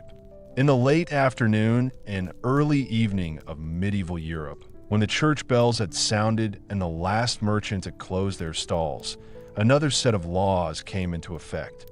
These were the laws of the night, stranger and more severe than anything the daylight hours could bring. As we carry on learning about medieval legal thinking, let's look at how darkness itself became a legal thing. This meant that normal people could be treated as criminals just because they were awake after sunset. The idea of a curfew, from the French couvre, meaning cover fire, was about more than just telling people to put their hearths to one side. It was a complete set of legal rules that covered everything that happened during the night.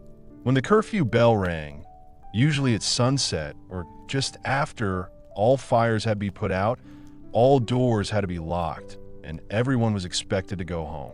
If you went out at night without asking, you could be fined or even put in prison.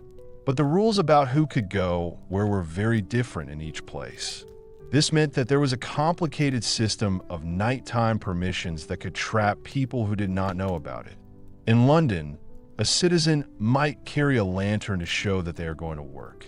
But in Paris, people might be suspicious of the same lantern, as only thieves and murderers needed artificial light in the dark.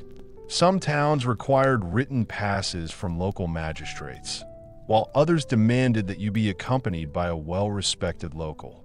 These requirements were complicated, which meant that travelers often found themselves in legal trouble. The Night Watch was in charge of making sure people followed the curfew laws. This was a strange organization that showed many of the problems with medieval justice. These men, who were often volunteers or had been forced to join up, were given the job of keeping order during the most lawless times.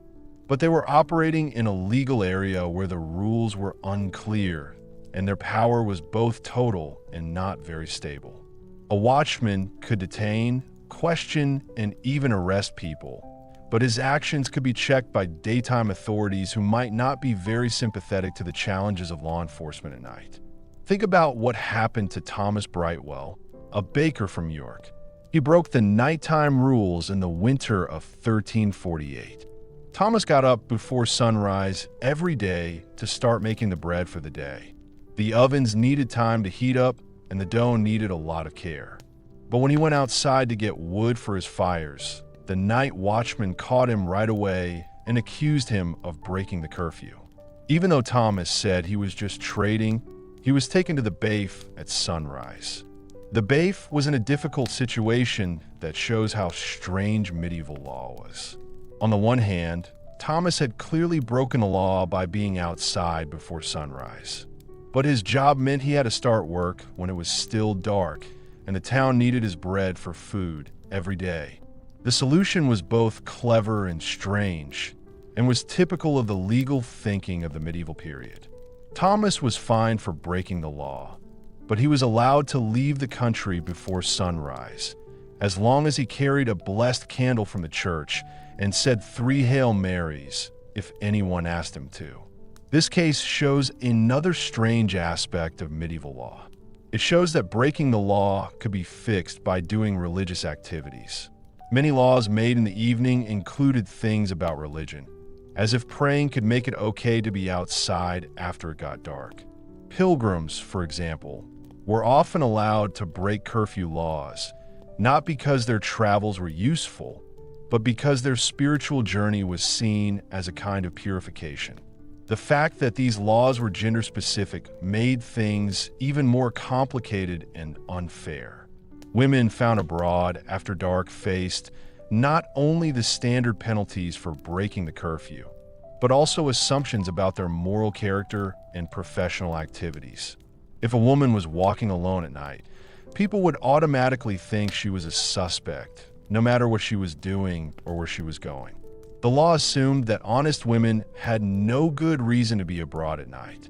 This assumption had serious consequences. Margaret Kemp, a famous spiritualist and writer, wrote about several times when she spoke to people in charge of the night watch. They did not believe that a woman could travel after dark for religious reasons. Her writings describe how embarrassing it was to be questioned, searched, and detained just for trying to go to church for early morning prayers. Despite having letters from religious leaders saying she was a good person, Margaret was still treated like a prostitute or thief a lot. This shows that the law can sometimes be more important than what religious people say. The punishment for crimes committed during the night often reflected the medieval belief that public humiliation would stop others from committing the same crime. Anyone who breaks the curfew might be made to spend the next night in stocks, where they will be put on display to show that breaking the law will be punished. Others had to carry lanterns through the town for a set time, which basically marked them as people who had broken the curfew. These penalties served 2 purposes. They punish those who break the law, and they warn other citizens of the consequences of committing a crime at night. But perhaps the strangest thing about nighttime law was how it affected people's ideas about time in the Middle Ages. People often had different ideas about when the curfew started because they didn't have good clocks to tell the time. Different authorities might use different methods to tell the time. They could use church bells, the position of the stars, or simply their own judgment. This meant that there were lots of chances for legal challenges and appeals, as people who had been arrested said that they had been arrested before the curfew officially started or that the timing of the curfew bell had been wrong. The town of Canterbury had a very detailed system for dealing with these time-related disagreements. They had a special official whose only job was to ring the curfew bell at the exact moment when day becomes night. The job of the bellman was very important for justice, so much so that the person in the job did not have to pay taxes and was given a house near the cathedral. But even this new idea was still controversial. People still argued about when the curfew started, when the bell started ringing, or when it finished. They also argued about whether a long or short series of chimes could affect the legal validity of arrests that happened later. The curfew law and the medieval guild system created problems that were very complicated. Different jobs were given different allowances and limits, based on complicated calculations of how useful they were for society and how much they were worth. Doctors were usually allowed to travel at night, but only if they were called to see patients and only if they had special signs to show that they were doctors. Midwives had similar privileges, but had to meet strict requirements about the routes they could take and the companions they could bring. People who worked as brewers and bakers often had to work at night, which meant they had to deal with a lot of legal uncertainty. Their work was important for the community, but the authorities did not trust them because they thought that working at night was wrong. The solution was usually a complicated system of licenses, bonds, and surveillance that transformed honest tradesmen into almost criminals, requiring constant legal supervision. When these rules were enforced at night, they showed how much social tension there was in medieval society. The Night Watch, made up mostly of ordinary people, often had to police their social superiors and inferiors equally. A rich merchant who was caught outside his home after the curfew might try to use his wealth to his advantage, while a poor worker might only be able to say that he needed the money. The watchman, who didn't know how to deal with the different levels of importance in society, often made decisions that made everyone unhappy and were not fair. Records from the city of Bristol describe an incident from 1402 that is particularly interesting. At that time, the Night Watch encountered a group of young nobles. They were returning from a feast at the castle.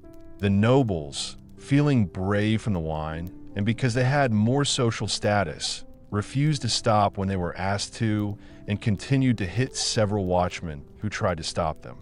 The legal process took months because the city authorities had to balance the demands of law enforcement with the political reality of noble privilege.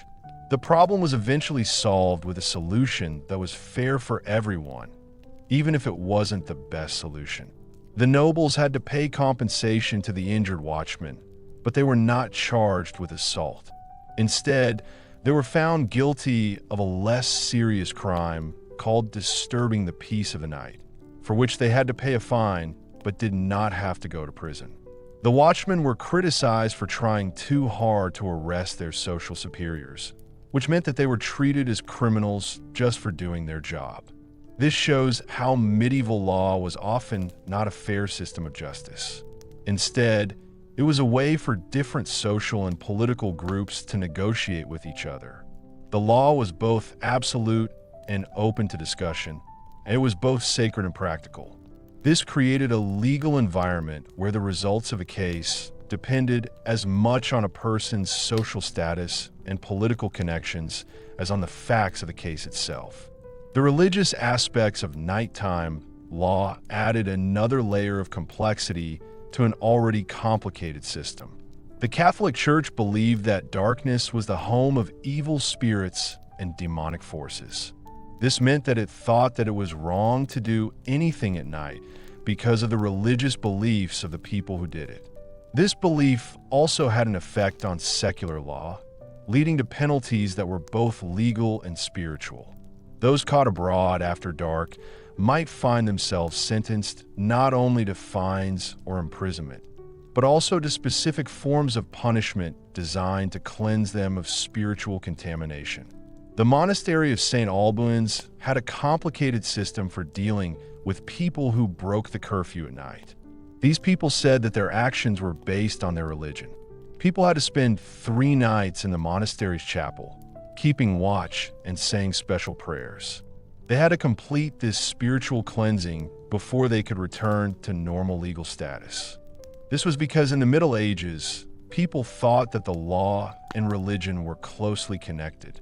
They thought that breaking the law meant doing something wrong in the eyes of God, and that this needed to be made right through religious means. As winter got worse and it got darker, people found it harder and harder to follow the curfew laws. Even doing simple things like getting water or looking after animals became a crime if they did it in the dark. But for working people whose jobs needed them to start early and finish late, trying to do all the necessary tasks during the few hours of daylight was often impossible. The legal systems of the time were usually very strict, but sometimes they would bend the rules in a random way. Instead of changing the laws to match what people really need, the authorities made a system that kept growing and growing. This system had lots of exceptions, exemptions, and special cases. Each exception needed its own documents, its own procedures, and its own ways of making sure people followed the rules. This created a complicated system that was often more of a burden than the original rules. These nighttime laws show more clearly than anything else how the legal ideas of the medieval jurists were very different from real life. The people who made the laws, who usually came from the upper classes, created rules based on how they thought society should work. They didn't think much about how things actually worked in everyday life. The result was a legal system that made normal human behavior legal, while it did not deal with the real problems it was supposed to solve.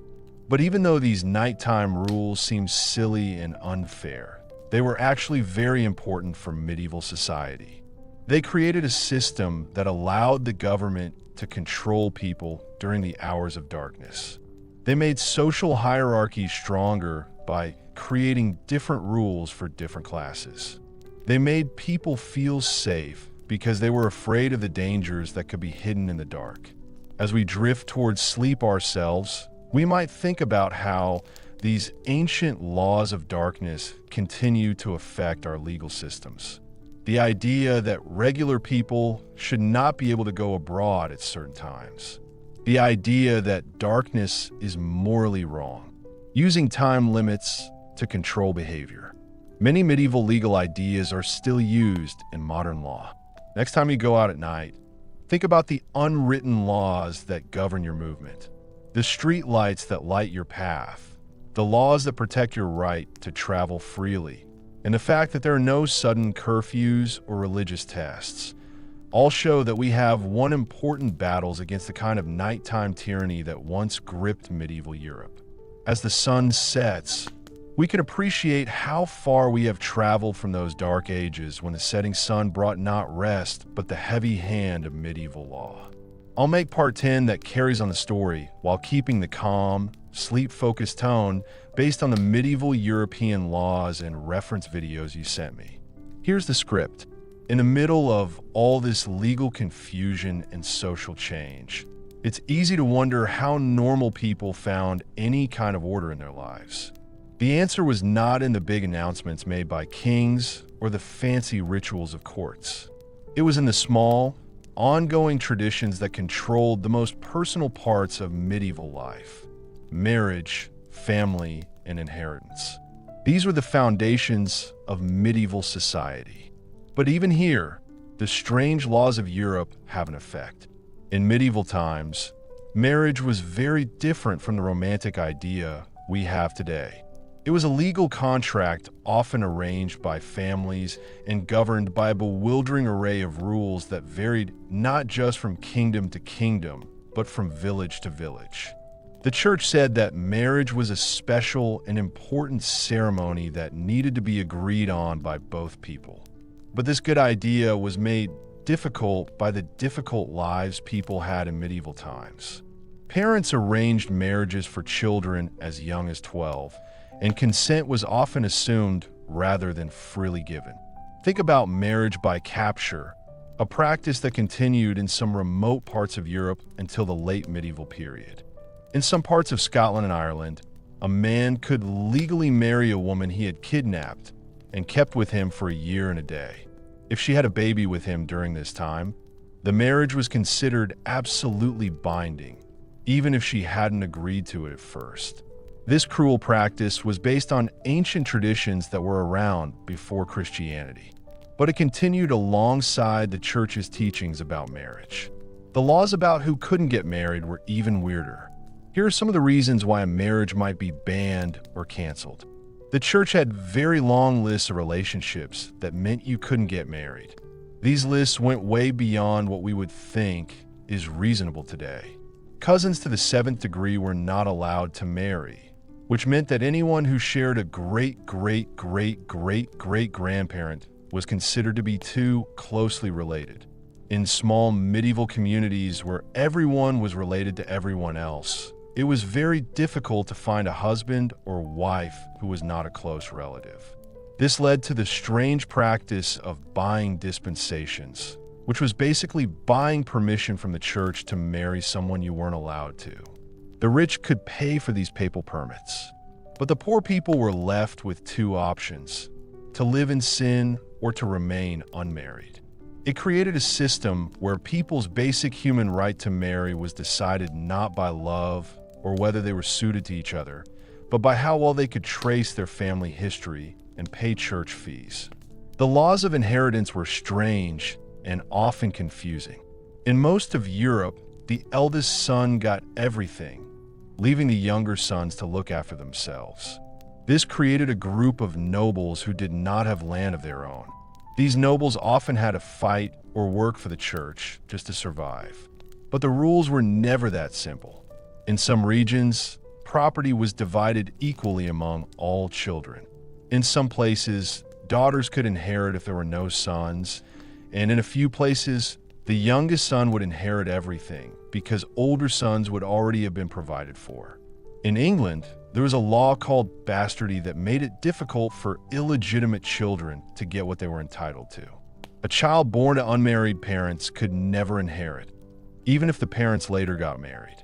But there were exceptions and loopholes that kept lawyers busy for centuries. If parents got married after a child was born, and if the father officially acknowledged the child in front of witnesses, and if there were no legitimate heirs, then maybe, just maybe, the bastard might inherit something. These complicated rules led to many disagreements and long court cases. Women had it particularly tough under medieval inheritance law. When a woman got married, her property was usually given to her husband to look after according to a legal idea called cover. She essentially became part of her husband and was known as a femme covert, which is a woman whose identity is hidden under her husband's. Everything she owned, including her debts and crimes, became his responsibility. She couldn't make contracts, file lawsuits, or write a will without his permission. But here, medieval law also showed that it was not always the same. Widows often had more rights than married women. A widow was entitled to her share of her husband's estate, which was typically 1/3 of it. She could control this share of the estate independently. Some widows became important in their communities, running businesses and looking after large properties. The law recognized them as women and gave them nearly the same legal rights as men. It was a strange system that gave women more freedom after their husbands died than they had ever had when they were married. The treatment of children under medieval law was also complicated and often cruel by today's standards. Children were seen as little adults and were punished in the same way as their parents. A child as young as 7 could be put on trial for theft and killed if found guilty. They did not think about young people's needs or help for them. Children were expected to help their family by working from a young age, and their parents were considered to own their children's work. Apprenticeship laws created a strange, kind of temporary slavery where children as young as 10 or 12 had to work for their masters for 7 to 10 years. At this time, the servants belonged completely to their master. The master could punish them, sell their services, or even give them to another master as a gift in his will. The apprentice couldn't leave, couldn't marry without permission, and couldn't keep any wages they might earn. In return, they received food, shelter, and training in a trade if they survived the often brutal treatment. Perhaps nowhere were medieval laws more strange than in how they dealt with family violence. Domestic violence was mostly seen as a private matter that was not covered by royal or religious laws. A husband had the legal right to correct his wife with physical punishment, as long as he didn't permanently maim or kill her. The law even specified the right tools for this. A stick no thicker than a man's thumb. This is where the phrase rule of thumb comes from. Children suffered even more. Parents had almost total power over their children. This included the right to sell them into slavery or apprenticeship. Killing babies was against the law, but it was rarely prosecuted if the victim was a girl or if the family was very poor. The church said this was wrong, but local authorities often ignored it because they understood how difficult life was in medieval times. But even in these difficult parts of family law, we can see how medieval society tried to protect people who were in need.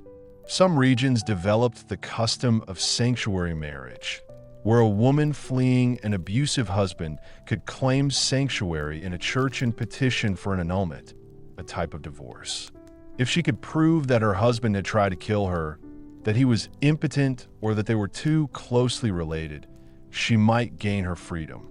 The law also allowed people to get a divorce from themselves in very rare situations. If a husband left his wife for more than 7 years, or if he became a monk without her consent, she could remarry without getting a formal divorce. These measures offered a small amount of hope to women trapped in very difficult situations, but they needed a lot of courage to use them. Marriage contracts themselves could have strange rules that showed how difficult life was in the Middle Ages. Some contracts said that a husband could not hit his wife more than once a week or gamble away her dowry. Others said that he had to give her a certain number of new dresses each year. These clauses show that women and their families have little legal protection to help them, and that the system doesn't work well in this area. The church's involvement in marriage created its own strange problems. Priests weren't allowed to marry, but a lot of people had long-term relationships with women known as priests' wives or concubines. These relationships were against the law, but people mostly accepted them. The children of these relationships often got the property of their father, even though they weren't his official wife's children. The church has tried to stop priests having sex many times, but these efforts were mostly unsuccessful and often made things worse. The church's legal system, called canon law, often had conflicts with secular law. This created disagreements about who had the power to make laws. These disagreements could last for decades. If a marriage dispute involved questions of family ties or spiritual relationships, it fell under church jurisdiction. But if it was about property or inheritance, the royal courts would be the ones to deal with it. Clever people involved in lawsuits learned to present their cases in ways that would bring them before the most favorable court. This led to endless appeals and challenges over which court has the right to hear the case. The poor suffered the most under these complicated legal systems. They didn't have the money to hire lawyers to deal with the complexities of marriage law, nor could they afford the costs of special permissions or appeals. They lived in a legal gray area, forming relationships and raising families according to local custom rather than formal law. Many couples lived together for years in what were called handfasting arrangements. These were temporary marriages that might or might not be formalized later. These informal arrangements were common among ordinary people who could not afford expensive wedding ceremonies or the fees required for formal registration. A couple might simply say they are married to each other in front of witnesses, exchange simple vows, and start living together. If they stayed together for a year and a day, the law often recognized their union as valid, even if a priest hadn't formally blessed it. As we drift off to sleep, let's think about these medieval attempts to control the most basic human relationships. These laws were strange and sometimes cruel, but they showed that people were trying to create order from chaos. They tried to protect people who were at risk and keep society stable. The medieval family, with its religious and non-religious laws, was the foundation for all other social structures. At night, when it was quiet, the castle walls seemed to disappear. You could hear children sleeping and married couples breathing quietly. The complicated legal systems of the day seemed to fade away. What remained was the simple human need for companionship, for family, for belonging. The laws might be strange and often cruel, but they couldn't stop people from loving each other, being loyal, or having hope. These medieval families kept going, raising their children, looking after their homes, and building the communities that would eventually grow into the modern world we know today. Their struggles with the complex laws governing marriage and family life remind us that the quest for justice and fairness is an ongoing human endeavor, one that changes with each generation. Rest well, dear listener, and know that the strong ties that kept our medieval ancestors going are still here to support us today, even as the laws that govern them keep changing and hopefully getting better over time.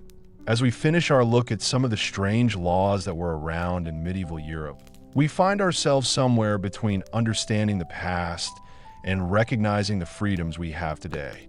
The strange legal traditions we've looked at, like animal trials, trial by ordeal, sumptuous laws, and inheritance restrictions, show a world where justice was often random, where social status decided legal outcomes, and where the powerful made laws to keep control over the weak.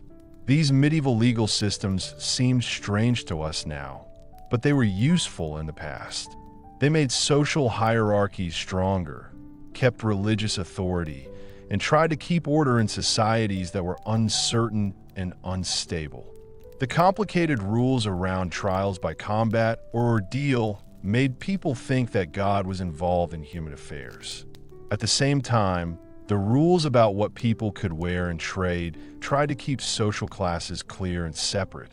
But there are deeper human truths that go beyond the medieval period. The fight for justice, the need for fairness, and the clash between authority and personal freedom are ideas that have been important for a long time. The medieval peasant who was tried by ordeal was just like any modern person trying to get through the legal system today.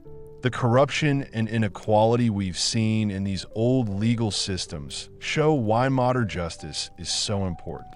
Modern justice is based on facts, treats everyone the same, and protects people's rights. In medieval times, the law was often very unfair. A lord's whim could decide whether someone lived or died. This shows how important it is to have legal protections that we now take for granted. As you drift off to sleep tonight, you can take comfort in knowing that while the medieval world was often harsh and unpredictable, there were people who, despite the constraints of their time, still sought meaning, justice, and dignity in their daily lives. Their struggles and dreams, seen through the strange lens of medieval law, remind us that the human spirit's quest for fairness and freedom is universal. The strange laws of medieval Europe, with all their weird details, actually tell us a lot about the past and about humanity's ongoing journey towards a fairer and better world.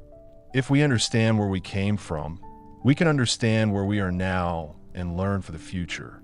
Rest assured that the complicated legal processes and random decisions of the medieval world have been replaced by systems that, although not perfect, try to treat everyone fairly. As our medieval journey comes to an end, we are faced with one of the most disturbing aspects of life in the Middle Ages. There is no justice at all. The legal systems in medieval Europe were not designed to find the truth or make sure that everyone was treated fairly. Instead, they were used to keep society in order through shows of power, superstition, and the strong belief that God would decide who was guilty or not guilty. Imagine a busy village square on a gray autumn morning. People from the town are feeling nervous as they gather around a big wooden tub filled with dirty water. In the middle of this sad play, there is a woman who is shaking. She is accused of poisoning her neighbors. What happens to her will not be decided by evidence or testimony, but by whether she sinks or floats when tied up and thrown into the water. This is an example of a medieval trial where people thought that God would decide if someone was guilty or not by subjecting them to physical torture. Medieval thinkers found the logic, if there was any, impossible to understand. If God knows everything and is all-powerful, he would not allow an innocent person to suffer. So, if you have a physical test that causes pain, injury, or death, it shows that the accused is not pleasing to God. The woman who floated was clearly being rejected by the sacred waters, which was proof of her guilt. The woman who sank, gasping and drowning, was being embraced by God's creation, proof that she was innocent. The fact that she might die while being proven innocent was just a bad result of divine justice. Trial by hot iron was equally barbaric in its simplicity. The accused would have to carry a red-hot iron bar for a set distance, usually 9 paces. We would tie their hand up and look at it again 3 days later. If the wound was healing well, they were innocent. If it showed signs of infection or rot, they were guilty. In the past, infections were common because people did not have access to antiseptics or proper wound care. This meant that the patient's death was almost guaranteed. But perhaps no form of medieval justice shows the era's priorities more clearly than trial by combat. If nobles had a disagreement or if a serious crime was committed, the problem could be solved by having a fight with weapons. The idea was that God would help the good guys win, making sure that justice was done through strength of arms, military force, rather than strength of evidence, proof. It's crazy to think about how this system would work in today's world. A man accused of theft challenged his accuser to a fight with swords. He thought that whoever survived would be telling the truth. But in medieval times, this was not only accepted, it was also seen as being God's will. The rich could pay fighters to fight for them, while the poor had to fight themselves or accept they were guilty and risk death in the lists. The story of Robert of Montfort is a sad example of a trial by combat. In 1203, Robert was accused of murdering his business partner.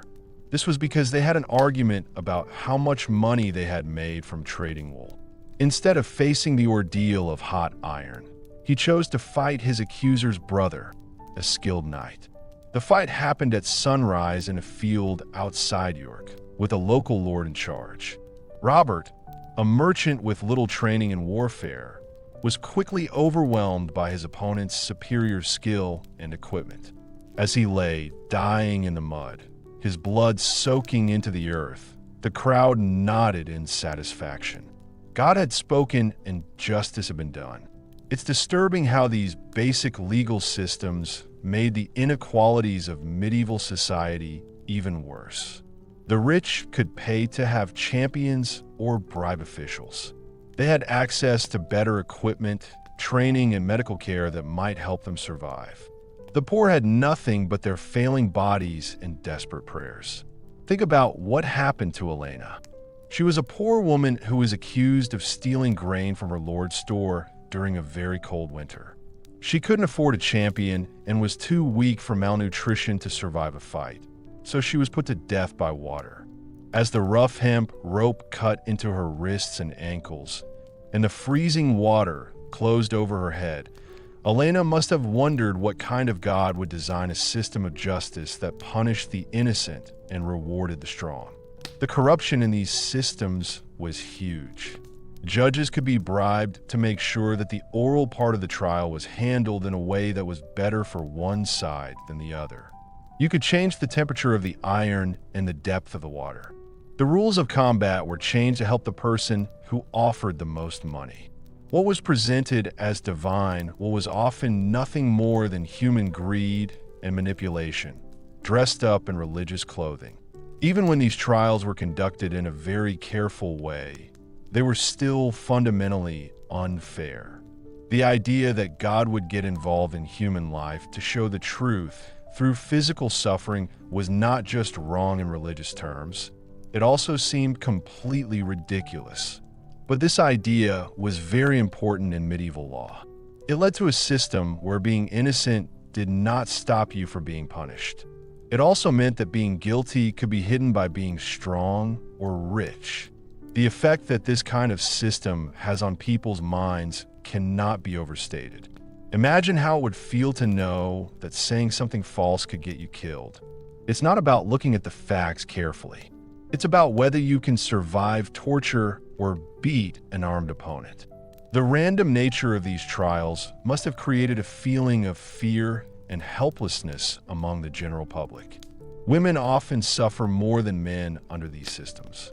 In trial by combat, they had to find male champions to fight for them, so their fate was dependent on the skill and loyalty of others. In trials by ordeal, their smaller stature and weaker constitution made survival less likely. The medieval legal system was designed by men for men and did not think about how it might affect people who were already being treated unfairly by society. The church was very important in making these barbaric practices seem acceptable. Priests would bless the tools used in trials, pray for the fighters, and say that the results showed what God wanted. These trials were seen as having religious approval, which made it seem like questioning them was the same as questioning God. The very institutions that claimed to represent mercy and compassion became the architects of a system that celebrated suffering and embraced brutality. Children were not spared from this cruel justice. Young people accused of crimes might have modified interviews that are supposedly right for their age, but the main idea stayed the same. Everyone in society was thought to be worthy of divine judgment through physical suffering. This was regardless of whether they could understand or defend themselves. The records that survive from medieval courts paint a picture of casual cruelty that is difficult to understand. The judges were as calm as they would be deciding what to have for dinner when they ordered cruel punishments.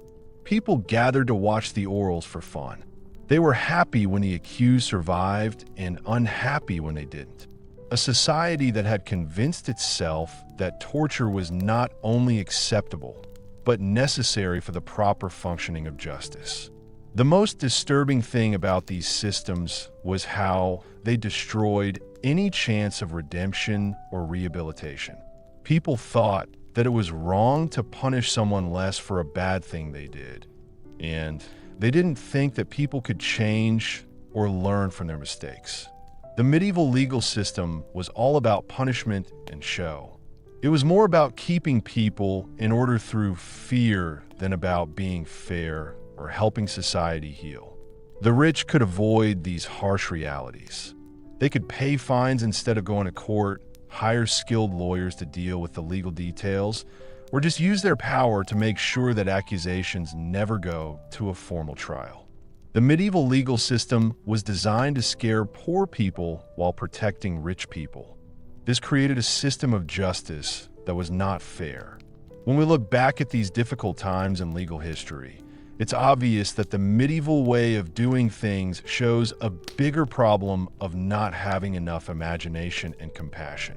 A society that could convince itself that killing innocent people was an acceptable way to determine guilt was a society that had lost touch with basic human dignity and rational thought.